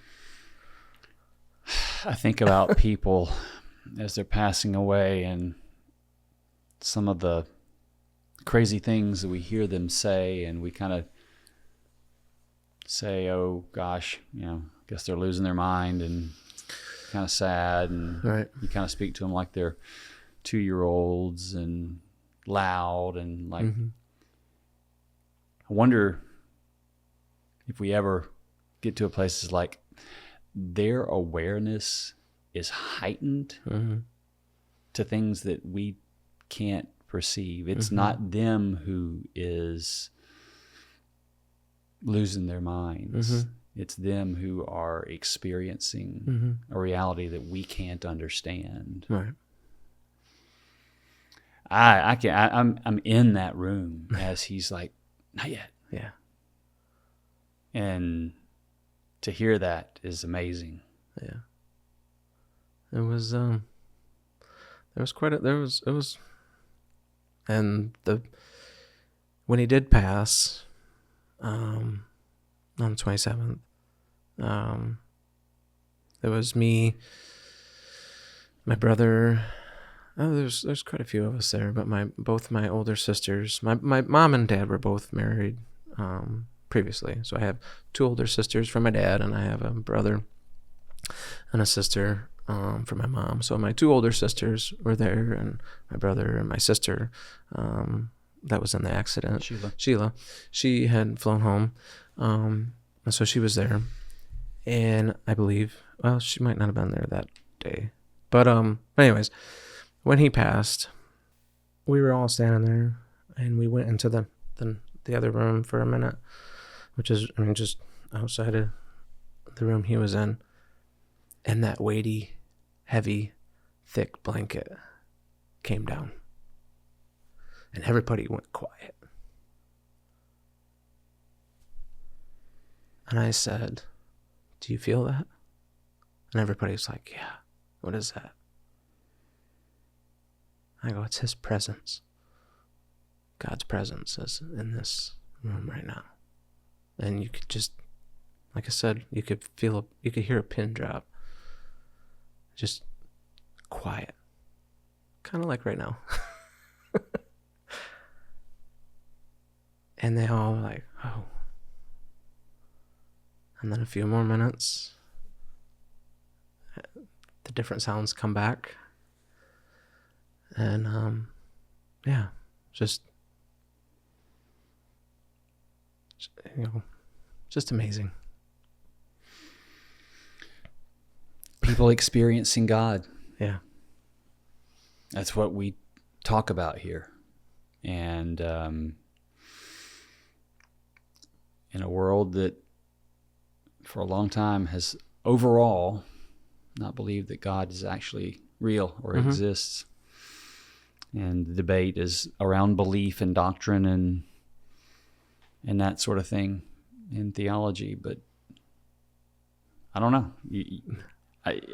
You don't seem like a person that I'm going to be able to present arguments to from a theological and scientific perspective that I'm going to be able to convince that there is no God. Oh, no, not going to happen. Why? I've experienced it. There it is. That's what we do. Yeah. That's the purpose. That is what God has called us to do. Mm-hmm. And it's unmistakable to me. Right. He anoints these conversations to reveal his presence in the world. And I shake. I'm shaking a little bit right now. I'm shaking a little bit right now, and that is a mark of the Holy Spirit in the room and in me in that time where He's tapping me on the shoulders, like, yeah, I'm right here. But He anoints these things to reveal Himself, and for me to be able to sit across the table from you is the adventure of a lifetime. It really is. And every time I get to do it, it's the most amazing experience. And I don't know why He chose me, but I am thankful that He did. And I don't know why He chose you, but right. I don't either. But you have experienced, you've had experiences periodically in your life where it wasn't just that He answered prayers or there was a healing, all those things, or things that He does. But the veil between the spiritual and the physical has gotten super thin and even disintegrated in times in your life that He's brought you to this time to reveal it. With a great message of that He is just there and you are not alone. I didn't pray for these things to happen. I had faith, but I didn't pray for the first dream with the rowboat and all that. I didn't ask for it. I didn't ask for the other dreams. He shows me these things. He gives me this. That might be a question that I have, or I wonder, and I can't find any definitive answer for this. But then all of a sudden I have a dream or something like that where He shows me. He answers that question for me. Like the first dream, it did bring comfort to my family to hear those things. It brought immense comfort to them. The first time I told my dad that dream, where I was to tell him that his dad loved him, it was the first time I ever seen my dad cry. And he cried like a baby. Tears running down his face. And then he says to me, he goes, "Thank you. My dad," and he goes, "I knew my dad loved me, but, that's a difference in generations. I mean, my dad would have been 80 years old this year. So his dad, they grew up on farms in our area, so it was just, guys didn't reveal their feelings at all, whether even if it was with their children. And hard and tough. Yeah, hard and tough. And it was, so if somebody wanted to say that, then why did it bring healing to a family? Why did it bring healing to my father? Why do those questions get answered? Why do those things happen? A question I had, and I didn't ask it, but you're touching on it now, is did you find any threads throughout each time that you had encounters, especially when you heard the voice, that it delivered to you? And you talk about comfort. Was it warning? Was it just comfort? Was it peace? Did the voices deliver some sort of? Well, like in the first time, it put a sense of warning. Like, don't ride here. Well, I knew I needed to obey that, so I'm not riding back here. And then the other times, it's been like at the time in the hallway before Zach's birth, it was comfort. Yeah. That's what I needed at that time. It's always what you need at that time. And sometimes it's just to answer a question that you may have had. Well, you've had quite a set of experiences that continue to be only increasing as you draw closer to Him. And I think the message is strong on knowing that we're not alone. Mm-hmm. Thin places. I want to explore that more. That's kind of marked your life. You know, when you wrote in and we talked, it was really the voice that grabbed me. But just like you said with these numbers and stuff, it's these things emerge as pivotal times in your life are approaching. And interesting to see patterns in that, mm-hmm. and purpose behind it. It's really extraordinary. I love the sharing and how you immerse yourself back into those places so well to describe some very specific experiences that reveal God's movement and presence in your life in unmistakable ways. Mm-hmm. Ways of seeing things that are maybe debatable, some things that are very difficult to debate. Well, everybody can find something to debate about. And they do. I live in that world, that's for sure. Right. But you have some powerful evidence, and and you made a great effort to be in obedience as God has called you to share it. And, you know, we always pray beforehand that God mm-hmm. transform our words into mm-hmm. His words, and you did a great job of speaking in obedience to Him. Thank you. Like I said earlier, it's just things that He gave me. I didn't earn them. Just gifts. Just like you would give your children a gift. Not because they asked for it, not because they wanted it so bad. Sometimes that happens. But just because you love them.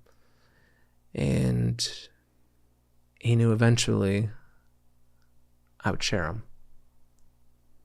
when the time was right. When the time was right and what He wanted for it. Not what I wanted for it, what He wanted for it. When a person might be listening that had we done this last August, maybe wouldn't have heard it. And maybe He's using me to reach that person for Him.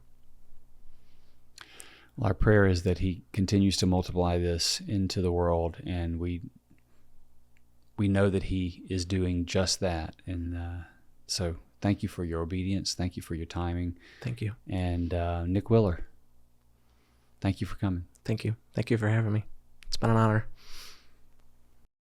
It's interesting when I hear people say that they don't believe that God is real, and the reasoning fall along the lines of things like a perceived conflict between scriptural interpretation and scientific discovery, or that God is simply a human construct for general morality in the society, or that's just been handed down from an unreasonably superstitious age.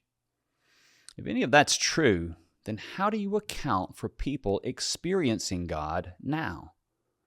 How do you go through this episode and dismiss Nic Willer's experiences? And clearly, Nic's not alone. God is real, and I believe He has experience with Him in store for you. They may look like Nic's, and they may not. I would encourage all of us to seek God, to truly seek Him with our whole heart and be open to hearing and receiving Him in any way He wants to speak to us, and not box Him into the ways we expect Him to speak to us. You are not alone. I promise you. He is right there. Thank you for joining us today on A Stronger Faith. To share your experiences with God or the experiences of someone you know, please visit astrongerfaith.org/contact, and you can follow the instructions there. If you need prayer or deliverance, please visit astrongerfaith.org/prayer and complete the form there. Also, if you're an experienced deliverance minister or a prayer and healing minister and would be interested in becoming a partner with us to help those in need, please reach out to us through our contact or prayer forms. And if you believe God is prompting you to support A Stronger Faith financially, please visit astrongerfaith.org/give for options. Until next time, we pray for your peace and for a stronger faith for you and those you love.